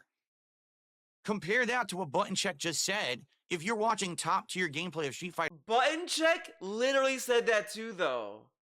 Like, again, this really reeks of DSP didn't watch the video, knew it existed, because the dude, like, told him about it and emailed it to him, and then wanted to hate on it. And then when it wasn't as negative as he was expecting, he was panicking. Because compared to what he just said, he said this. He said, well, there are people who said in Street Fighter 5 and 6, there's not, like, a lot of people who play differently. Like, he said this. He agreed. Street Fighter 6 and you erase the names, you can't even tell who's playing. See my point? See my point? Yeah, who cares? If you know a character in and out, it shouldn't matter what other people play. They're just playing the game. Like, it's not the fault of the player if the game doesn't have a lot of options, right? It's not the player that's the problem there. It's the game. But if that's the argument, then it shouldn't matter how at the rate people are learning the game. Because even in Strive, I don't think you need to watch a lot of videos to learn the game.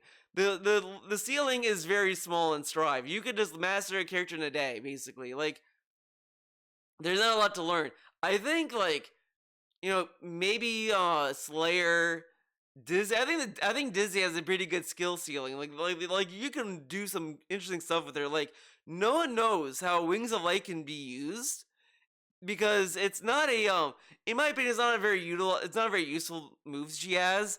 But you can still use it in ways I've seen Dizzy players use it, and it's like actually pretty good because it's a mental stack because you want to like stop it before it like fully starts, and it's like that is a pressure tactic, I feel. So I do think that there's a skill set, like, but it's still not that high compared to like Revelator, and again that is a thing that I kind of find it not what DSP is talking about. Honestly, I don't think DSP knows what he's talking about when he says that everyone plays the same, or the skills, or if you even talk about the skill ceiling not being high. I don't think he knows what he's talking about with that. When he complains about this, again, he complained about people learning way too fast, and then he's like doing the know-it-all, like I told you so head shake when it comes to people all playing the same. Like, okay, everyone's playing the same, so what? Like, just learn the game. I don't know. Let's continue. The 2 points he actually has. 1, people do all play X character the same way. Some of that is optimization, but I can go as far back as you want to older games that are solved and how the tools are used. I can tell who's playing, even going back to Super Turbo. Something is lost along the way. 2, execution.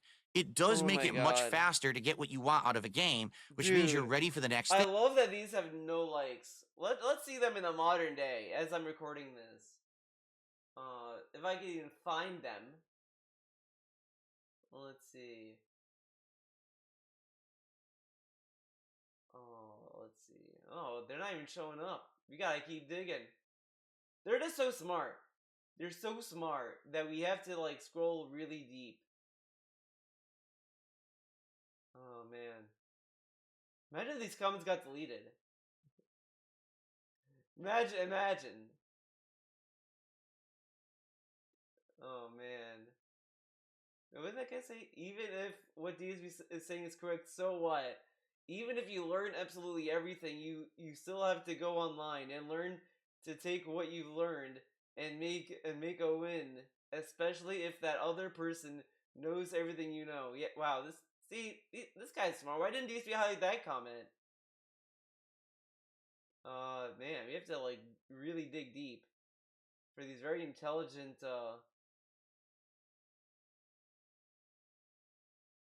Oh man, that thumbnail like tripped me out a little bit.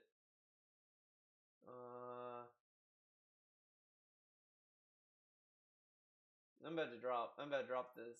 This ain't worth it anymore. It's not worth it. It's just not worth it, man. Next thing, especially since modern games have more intentional design and clear interactions, it seems like people get to a point of being done with a title much sooner. It also makes it less hype when I see someone pulling off something crazy if it's easier to do. So if the games are insanely easy to play and don't require execution, why are we spoiling the meta within a few days? You're taking all the fun out of the game because the game is too easy.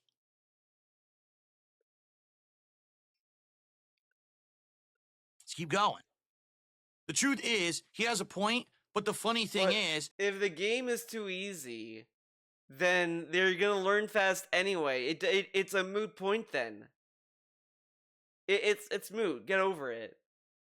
the message he's trying to get across won't be heard just because it's from him. I bet in the future, someone that most people like is going to say something similar, and the majority is going to like it and respond positively. Who's willing to take the bet? Well, let's see. It literally happened with Street Fighter V. I was the first person to make a rant video saying that it was not a good game really, only a but few months okay, after whatever. it released. Sure. And then after its life cycle ended and Street Fighter VI came out, literally the entire FGC agreed with me.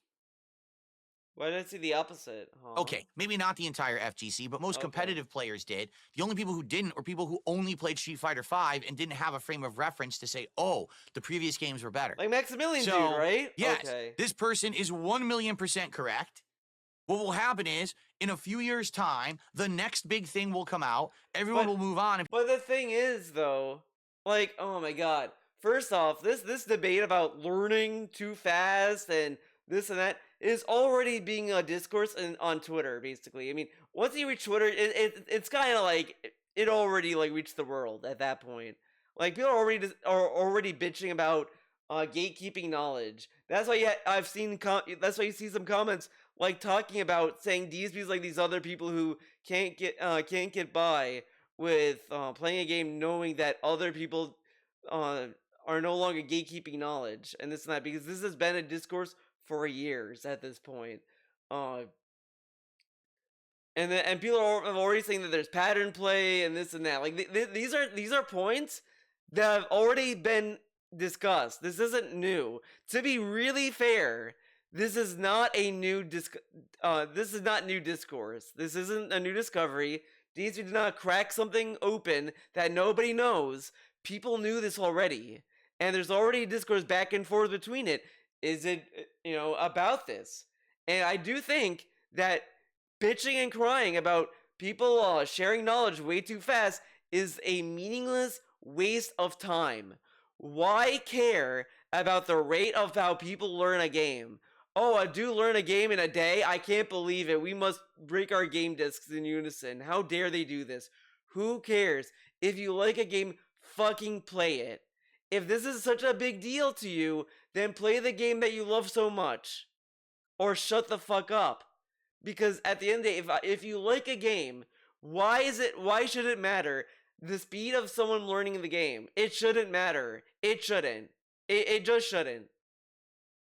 On and people will be like, wow, well, guess what? Street Fighter 6 wasn't very good. There you go. And lastly, DSP made a fair point, even if you don't like him. This is content creation in general. Those who live by this type of content, you have to be the first. Elden Ring's ending, the first World of Warcraft raid defeated, opening the new packs in Pokemon trading card game, and in this case, how to beat Akuma. This is a content creation issue and the nature of the internet, though. Back in the day, sure, the local NYC, French, London scenes aren't going to know about what Japan just found out with Ryu, but that's because the internet didn't exist like it does now. I don't think it's bad as DSP made it out to be. But again, you know, people seem to like steamroll what Bunchek said. If you think about it, right? He said that you would meet a cool person that would share tech and share the information at an arcade. Who is to say that let's get rid of the internet? Okay, the internet's gone, and all these people go to the arcades, and then these people start to share information willy-nilly. Is that bad? It would still be sharing the information day one of the arcade, right? So it's still not. It would just be in a different guise. So instead of these people, it's like it would really just be them complaining from one thing to another. Because at the end of the day, these people who are sharing information, you can just assume that they would share the information anyway. Again, as I said throughout, this is a nothing issue. Who cares at the rate that people learn a game? Oh wow, a dude watched a video on how to play a game. What a crime. How dare they do this and not go to the arcade like I did back in my day? Like, get over it. Like, imagine if he was like, well, back in my day, we didn't have cars. So why should we get cars now? Why should people have access to cars? I didn't need a car, so they shouldn't need a car. That would be ridiculous, correct? Or that, well, why are people using the internet to learn stuff? Oh, they're using the internet to get access to articles? I need the newspaper. We should not have the internet. Why use the internet? Like, these are just boomer complaints. But these people who are sharing the information would share it anyway if there was no internet, presumably. So, again, what are you really mad about? They say it's the internet age and this and that, but in reality, these people are just mad that people are just sharing their information and spreading knowledge and helping other people out in playing the game, because these people do not want this to be accessible to other people that may want to play the game. But again, if you're so good at the game, it shouldn't matter. It shouldn't matter. There's something I get, like, there are matches I get heated at, and it's not even like the opponent. It's literally that I'm not getting the input I need, and it's like, I can't get it. I can't get what I need, and that gets me mad. But that's just a me problem. I'm not gonna sit there and say, "Oh, this guy wants to watch a tech video," because at the end of the day, I should know better, right? But all these has-beens are bitching and moaning about other people learning the game fast. Grow up. Get over it. But he does have a point that the character learning process has been greatly reduced due to the internet. If you were back in the day playing in New York City... But again, the issue, in my opinion, is that it's not... The main issue isn't even the content creators, the internet, or anything. It's that these games are naturally going to have a smaller skill ceiling than older games. So the rate of learning, by nature, is going to be faster than it was back then. This is a thing these idiots are not acknowledging. They're saying it, they're acknowledging that these games are easier to play, but they're not thinking practically what that genuinely means. If a game is easier to play, the rate of learning is by nature going to be shorter anyway, regardless if these videos exist or not. But these people are just bitching and moaning for nothing. France, London, Japan, and you were there during the times when people were playing and discovering things, you would be having 10 times more fun than people are having right now watching a video on how to master Mai Shiranui and then practicing those strategies and learning them in a day. And you know what? That's all I have to say. I rest my case.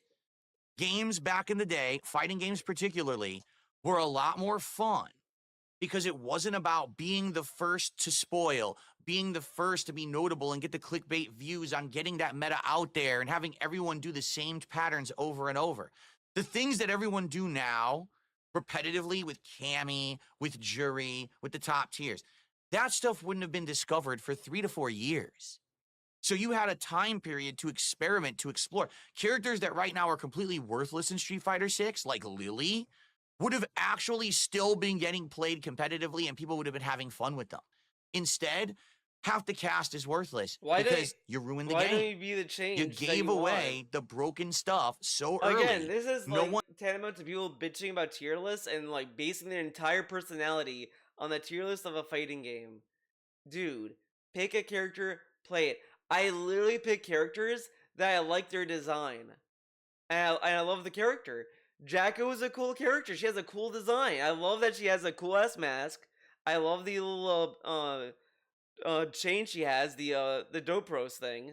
Great, cool character. Love the servants. Biken. What's the hate about Biken? Cool ass eye patch. She's one armed, and she's a badass, and she's angry, and she has cool hair. Everyone talks about her boobs. I'm about the hair, baby. Her hair is sick. Long ass lion hair. Like, dude, she could just fucking like just. She's like a flame running around the screen. Go to character design. Eno. I mean, what's the hate about Eno? You can't hate Eno. It's impossible. And I'm just gonna say it. For some reason, in Strive's English dub, when Eno says "little more," I don't know why. I don't know. That just does something. I don't know. I hear that and I'm just like, yes, it's crazy, crazy character. Cool ass hat, Johnny. Johnny. Do I need to say more? Do I need to say anything else about Johnny? Exactly. no one had time to have fun with the game. Instead, you had to rush for notoriety on the internet because you said it wasn't for money, right? So you rush for the notoriety or whatever it is, and maybe the modern FGC enjoys sitting in a lab, practicing shit in training mode, Oh my god. and then copy pasting that into a match online, and you find that fun. I will tell you, no one in the formative days of fighting games. See, again, he's looking at it very, like, unfairly. So, they're having fun in the training mode? No. They're in training mode anyway. To learn the character. And then they're like, dude, look at what I learned. That's all it is. Or they may do that to find something that may be a glitch in the game. Or whatever the fuck. Like, come on. Found that But kind of again, he wants us to watch his videos and give him the benefit of the doubt and think about what he's saying and listen and give him a chance, right? But he is not giving the same leniency or the same chance to the other person. He's not thinking critically, why are people sharing knowledge? Why would they want to do that? And he's like, I don't understand. There's no notoriety. There's no money in it. Are they doing it for attention? He's looking at it in a very negative light. He's not thinking maybe that they're just proud of what they learned, or that they want to help another person play the game, or they want to get more people to play the game, or anything else. It's never positive. Every time we talk about a community or anything else, that's never in a positive light. It's either negative. It's negatively. He doesn't think that maybe there might be people out there that want to help other people play a game. Like, that's foreign to him. He only wants to see it in a negative way. If you're not getting something out of it, he doesn't understand it. Because that's the kind of person DSP is. Which shocks nobody, that all the decisions DSP has made in life was to his benefit. Which is the most easy thing to prove. Look at his life. He stopped doing edited content. Why? He wasn't getting benefit out of it anymore. He uploaded Street Fighter 4 videos way earlier than anyone else. Why? To get people to watch his game playthroughs. He did a vlogging channel. Why? To get monetary gain to support his game channel at the time. Why is he not playing Metaphor? Because there's no benefit in it. This is the guy that is telling other people that why are they doing something if there's no benefit? Because he doesn't understand the concept of doing something for the love of it. He doesn't get that concept. And we have a person like that talking like that. That's not a person you should listen to. At all. kind of shit fun. We all had the absolute best adrenaline pumping times playing against people competitively, testing our strategies, learning things on the fly, having actual hand-eye coordination, learning, reacting. You heard what I just said? Reacting. Something that almost never even happens in modern fighting games anymore. Now it's just about the pattern. Play the pattern. Oh, that didn't work. Do the throw loop pattern. That didn't work. Try this pattern. Try this guess. Try this 50-50. It used to be about reacting. Almost no one even has to do that anymore because the games are ruined too early. So you can have your modern fighting games. You can react to a pattern. Well, all I have to say Whatever. is you're getting exactly what you deserved when you decided to turn it into an internet memeable, popular, share everything moment, right? I hear So you said now memeable you watch in a Evo. derogatory Are there way. many Evo moments? Almost none. And now you go to a tournament Oh my and everyone God, of plays the course. same. It's just not like it was. This is why you can't get the hype behind Dude, fighting. imagine he was in the Guilty Gear scene. Dude, he would be like he would be with me on this in the sense that because almost every tournament had a happy chaos in the finals. Every tournament. To the point where it was like, oh my god, fuck it. Like, there was a small drama where people were like not respecting the happy chaos winners. Like, you're like, wow, this person won and nobody clapped. And it's like, yeah, this is happy chaos. Why would anyone clap?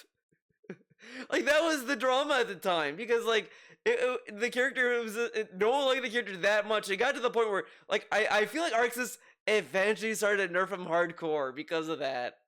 And you know, whatever. But man, people like did not respect heavy chaos members, and DSP would probably be like, see, you see a Guilty Gear tournament, and look what happens, happy chaos. Fighting games. No one will ever go to a tournament and see something truly for the first time ever and say, oh, I think now. Oh my god, this. I think now in Guilty Gear though, I don't think you see happy chaos as much anymore. I do think there is at least a little bit of a variety. I do think there's at least a little bit of a variety with the matches you see. oh, because you already saw it 7 months ago, 2 weeks after that character released.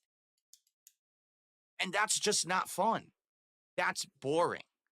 And that's why I don't even get into fighting games as much anymore. I don't want to see this meta every time I boot up a game in a casual match. I just want to play the fucking game and have fun. But I guess people don't care about that anymore because everyone wants to be a fucking tryhard who has the best win-loss ratio, who can grind through. Dude.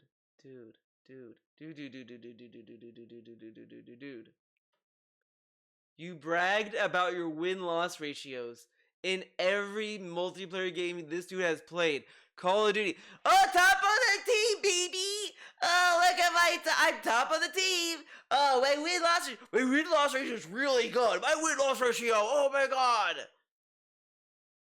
And then, what was this? Yes!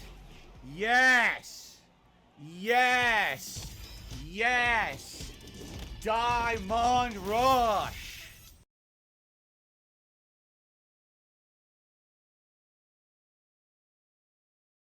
Oh my god. Look at this. Master Blanca achieved! What is this? Master Blanca achieved! What is this? What is this? Through the ranks and sit at master just to lose points because they don't actually understand the game. I just don't get it, you know? And maybe it's not just fighting games too. Maybe it's other games as well. I'm just looking at it from an FGC perspective because I grew up in the FGC. But I hate to say it, it ain't like it used to be, and that's for the worse. Sorry. You could say I'm just a crusty, salty old man, and I guess that's fine. But that's my take, and it ain't going to change. Especially when it seems like the internet isn't willing to listen. Because I'm DSP, no one wants to listen to reason. Well, in 5 to 10 years, when you're struggling to get a game to get any kind of notoriety in the mainstream, you ask yourself why. Maybe it's because you spoiled the fucking game But within. if you want a game to be in the mainstream, that's part, like, this dude, it's such a big dissonance because at the very least, the people who are campaigning to not have knowledge be spread out are people who don't want it to be mainstream. Like a lot of these people who are gatekeeping, that want to gatekeep fighting games and this that, they don't want the games to be mainstream because they want the game to be theirs. They don't want like other people to dumb it down or whatever. Even though these companies are gonna dumb down the games regardless of what they want. To be completely honest about that. But anyways, it's still gonna happen. But DSP's arguing that in order for it to be mainstream, there cannot be any tech videos to exist. That's not true because I was a casual. I'm still kind of I'm intermediate, I think. Whatever. I would not have gone into it at all. And honestly, these videos would have got me into fighting games probably if I watched them. But that's why they exist. That's why, like, again, not the experience of someone like walking me into a fighting game and saying like, oh, do it this way, when you do this, try that, whatever. That's how you get into a fighting game, and that's what these videos serve, to get people into them. And he's not really thinking on that kind of level. He thinks that the mainstream gamer will not want to watch these videos to know the game, so they're gonna pay $60 and not know if they're gonna like the gameplay or how to play. They're gonna supposedly want to learn the game when the single player is very like finite and not the major focus of these fighting games, which is why the single player is like very, once you're done with it, you're done with it. Like, come on. Within moments. And now no one has fun with the game anymore, and you have to be a try-hard, studying every frame data piece to even hang in a casual match online. Game Triggers tips to play the Normal game. Normal people don't want to do that. They don't. They just want to play the game and have fun. When did that get? Then wouldn't they do that? Like, again, another logic dissonance, like another cognitive dissonance from him. If the normal player does not want to go to training mode and watch lab videos, they're not going to do that. They're going to hop into the game. They may not even touch online. Again, he's talking about all these what ifs, but they're not related in any way, and it's very obvious he has no interest in thinking any other way about any of this stuff at all on any other critical level than what do you get out of it. Come on. Get lost? When did the idea of playing a head-to-head game being fun get lost in the shuffle of everyone just trying to get notoriety on the internet? I really feel like things have taken a major turn for the worse, and maybe that's why I'm not going to be part of the FGC ever again. This dude, man, he bragged how he didn't want to be part of the FGC because it's a bunch of toxic people who don't respect the elders, and this and that. So all this stuff about not wanting to be part of the FGC. I'm too old. I don't want to be part of it because, like, I don't want to do tournaments. I'm too old. I want to live life. And now it's, I don't want to do it because of this and that. Dude, shut up. Shut up. And I kind of feel when people like really dig their feet into a community, like in a very like you can be part of a community and kind of like not get like emotionally involved in it, right? Like I feel like once people start to get emotionally involved in a community, and when things start to go bad, it affects them negatively, and I see this a lot, and I feel like you need to have a healthy relationship with games, communities, all this stuff. Like, tell yourself at the end of the day, like, what made you want to be part of this of a community? What made you like Guilty Gear in the first place? And then just say like, well, that's why I'm here. I don't, I'm not gonna get too emotionally involved. I'm not gonna like do any of that stuff. Like, there are a lot of problematic aspects in communities that need to be worked out. There's a lot of stuff that's messy and all this stuff, but like, it should not end with you being like, I don't want to play this game because of that. Like, I'm saying this because this dude is talking about the FGC as if like he needs some like long time commitment to it. And I don't think you need that to like enjoy fighting games or anything like that, right? Or whatever. All right. Well, I think I reacted as well as I possibly could. I have no idea if Button Check will ever see that or ever even respond to it, but I want to thank him for actually watching my clip in context and responding intelligently, because I feel like maybe this will open up even more discussion. And even if it never does, Yeah, he wants to do it. He wants Button Check to react so he can chase his name, chase his clout. He wants the clout chase Button Check. hopefully someone got something positive out of it. There you go. Okay. And by the way, if anyone else in the FGC ever wants to talk intelligently to me about this stuff, I'm available. I'm a wealth of knowledge from back in the day. I'm one of the few people who Look at this. Look at this. He's literally trying to milk Button Check right now. Milk the FGC. He's clout chasing. Again, why would he do this if there's no benefit, correct? then am still an active content creator today. I'm accessible.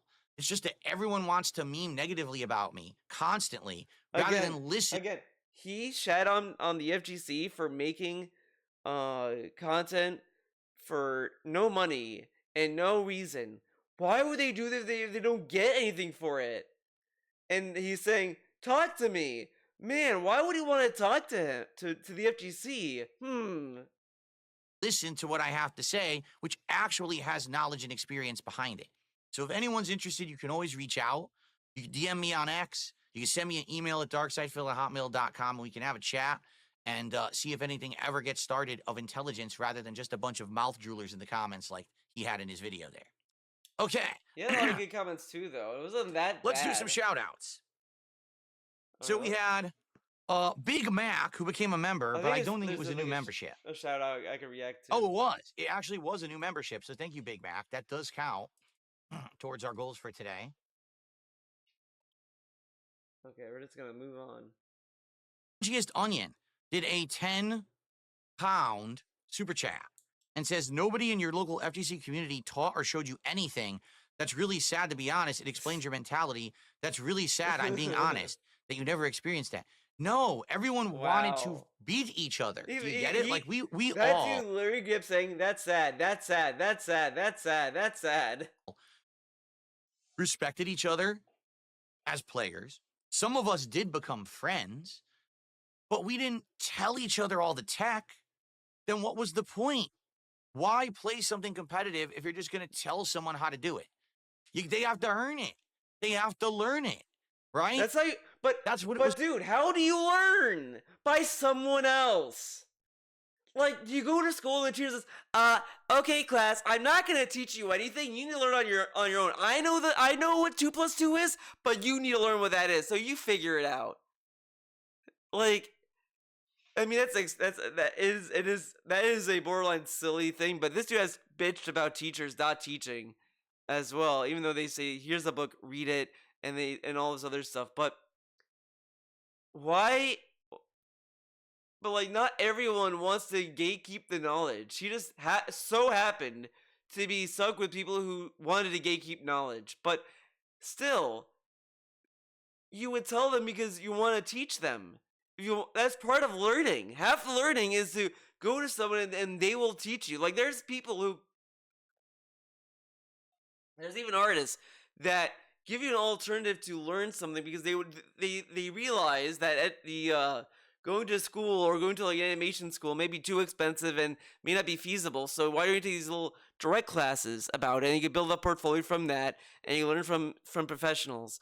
Should the professionals say, well, I went to school for animation. I think you should learn that on your own. I'm not going to teach you how to learn animation. You should learn that on your own. Why do you think all these books exist to begin with? Because people want to help teach people. Like, that's basically how it is. Even in competitive scenes. Like, come on. What it was all about. It was about those nights, those late nights at arcades from 8 p.m. to midnight. In 4 hours' time, grinding out as much competitive play as you possibly could by pumping in the quarters, playing, winning or losing, waiting your turn for your next match. watching people play, absorbing the tech from what you saw, trying to emulate the things you saw that worked, trying to learn from the things that didn't, and doing it for yourself instead of Maybe wanting a your fucking barcade. handheld every moment. No, that never happened. Dude. This dude got tips from Game Trekker on how to play Street Fighter 6. He literally got his handheld to play that game. And he's like, yeah, man, no one should get their handheld. Why didn't he tell Game Trekker to stop? Oh, because Game Trekker was giving him free money, that's why. Got a benefit. Never happened back then. Literally never. Ever. Very rarely. Maybe if you became very friendly with a group of people and you became part of a team. Like I was part of various different gaming teams over the years. Oh my god. And yeah, then maybe we would help each other out to learn tech and beat people because we wanted our team to succeed as opposed to just the individual. But for the most part, no. Everyone kept to themselves. Everyone kept tech. Good luck going to Chinatown Fair any given weekend, playing someone, seeing them do something you've never seen and say, how did you do that? They'd be like, go fuck yourself. Figure it out for yourself, scrub. And then you would have to try to figure it out for yourself by watching them do it 20, 30 times. And that was your night. Okay. But I mean, that's not how it everyone was. would But do then that, here's the though. thing. If you actually learned that strategy and you figured it out and then you actually implemented it in your gameplay, you felt accomplished. You were like, oh shit. So when DSP got his handheld by Game Trekker, every podcast basically to play the game, did he not feel accomplished when he hit Diamond or Master rank? No, he didn't. He loved it. He was jumping up and down as you saw. I got it. Eureka moment. I figured it out. The endorphins are flowing now, and now let's get. Then why didn't he learn? Then when will he learn how to fight Cammy? Why hasn't he learned how to fight Cammy? Learn the matchup. Get it. And then you'd play and you'd start winning. Versus, oh, I just went online and everything was handed to me on a silver platter and I just copied it for like an hour in training mode. I laughed and here I am. Here's the pattern. This dude did not learn how to fight Cammy. He did not learn there you how go. to fight Cammy. I mean, not exaggerating at all. That's exactly how it was. And this dude is like crunchiest onion. Technically, that's about this. pounds, so that's a little bit more than dollars, I think.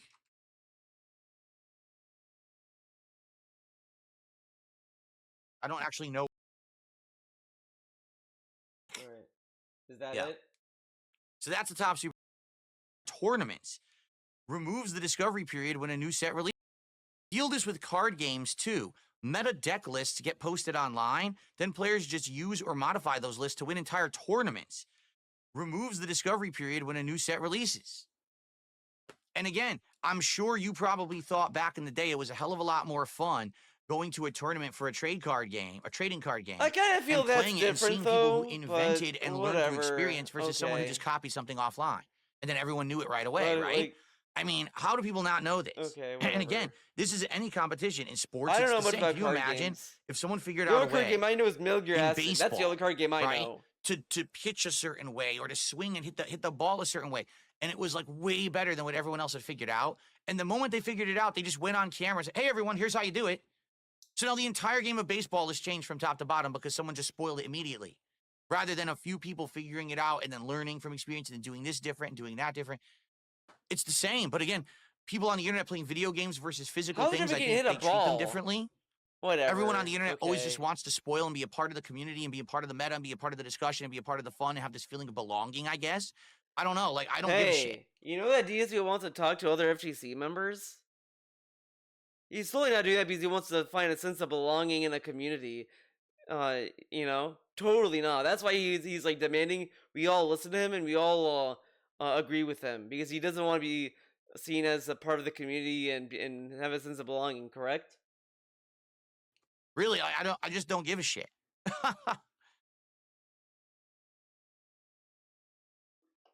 Count for it as a new one. Alright. That's it for this video. I don't need to see the rest of it. It's probably like minor things anyway. Thanks for watching. Hope you enjoyed it. And guys, just remember, do not share information. If you share it, he's gonna be mad. Or share it. Do whatever. Play video games. That's it for this video. Thanks for watching. DSP is always gonna be a Fuckhead! There you go. And see you next time. Bye!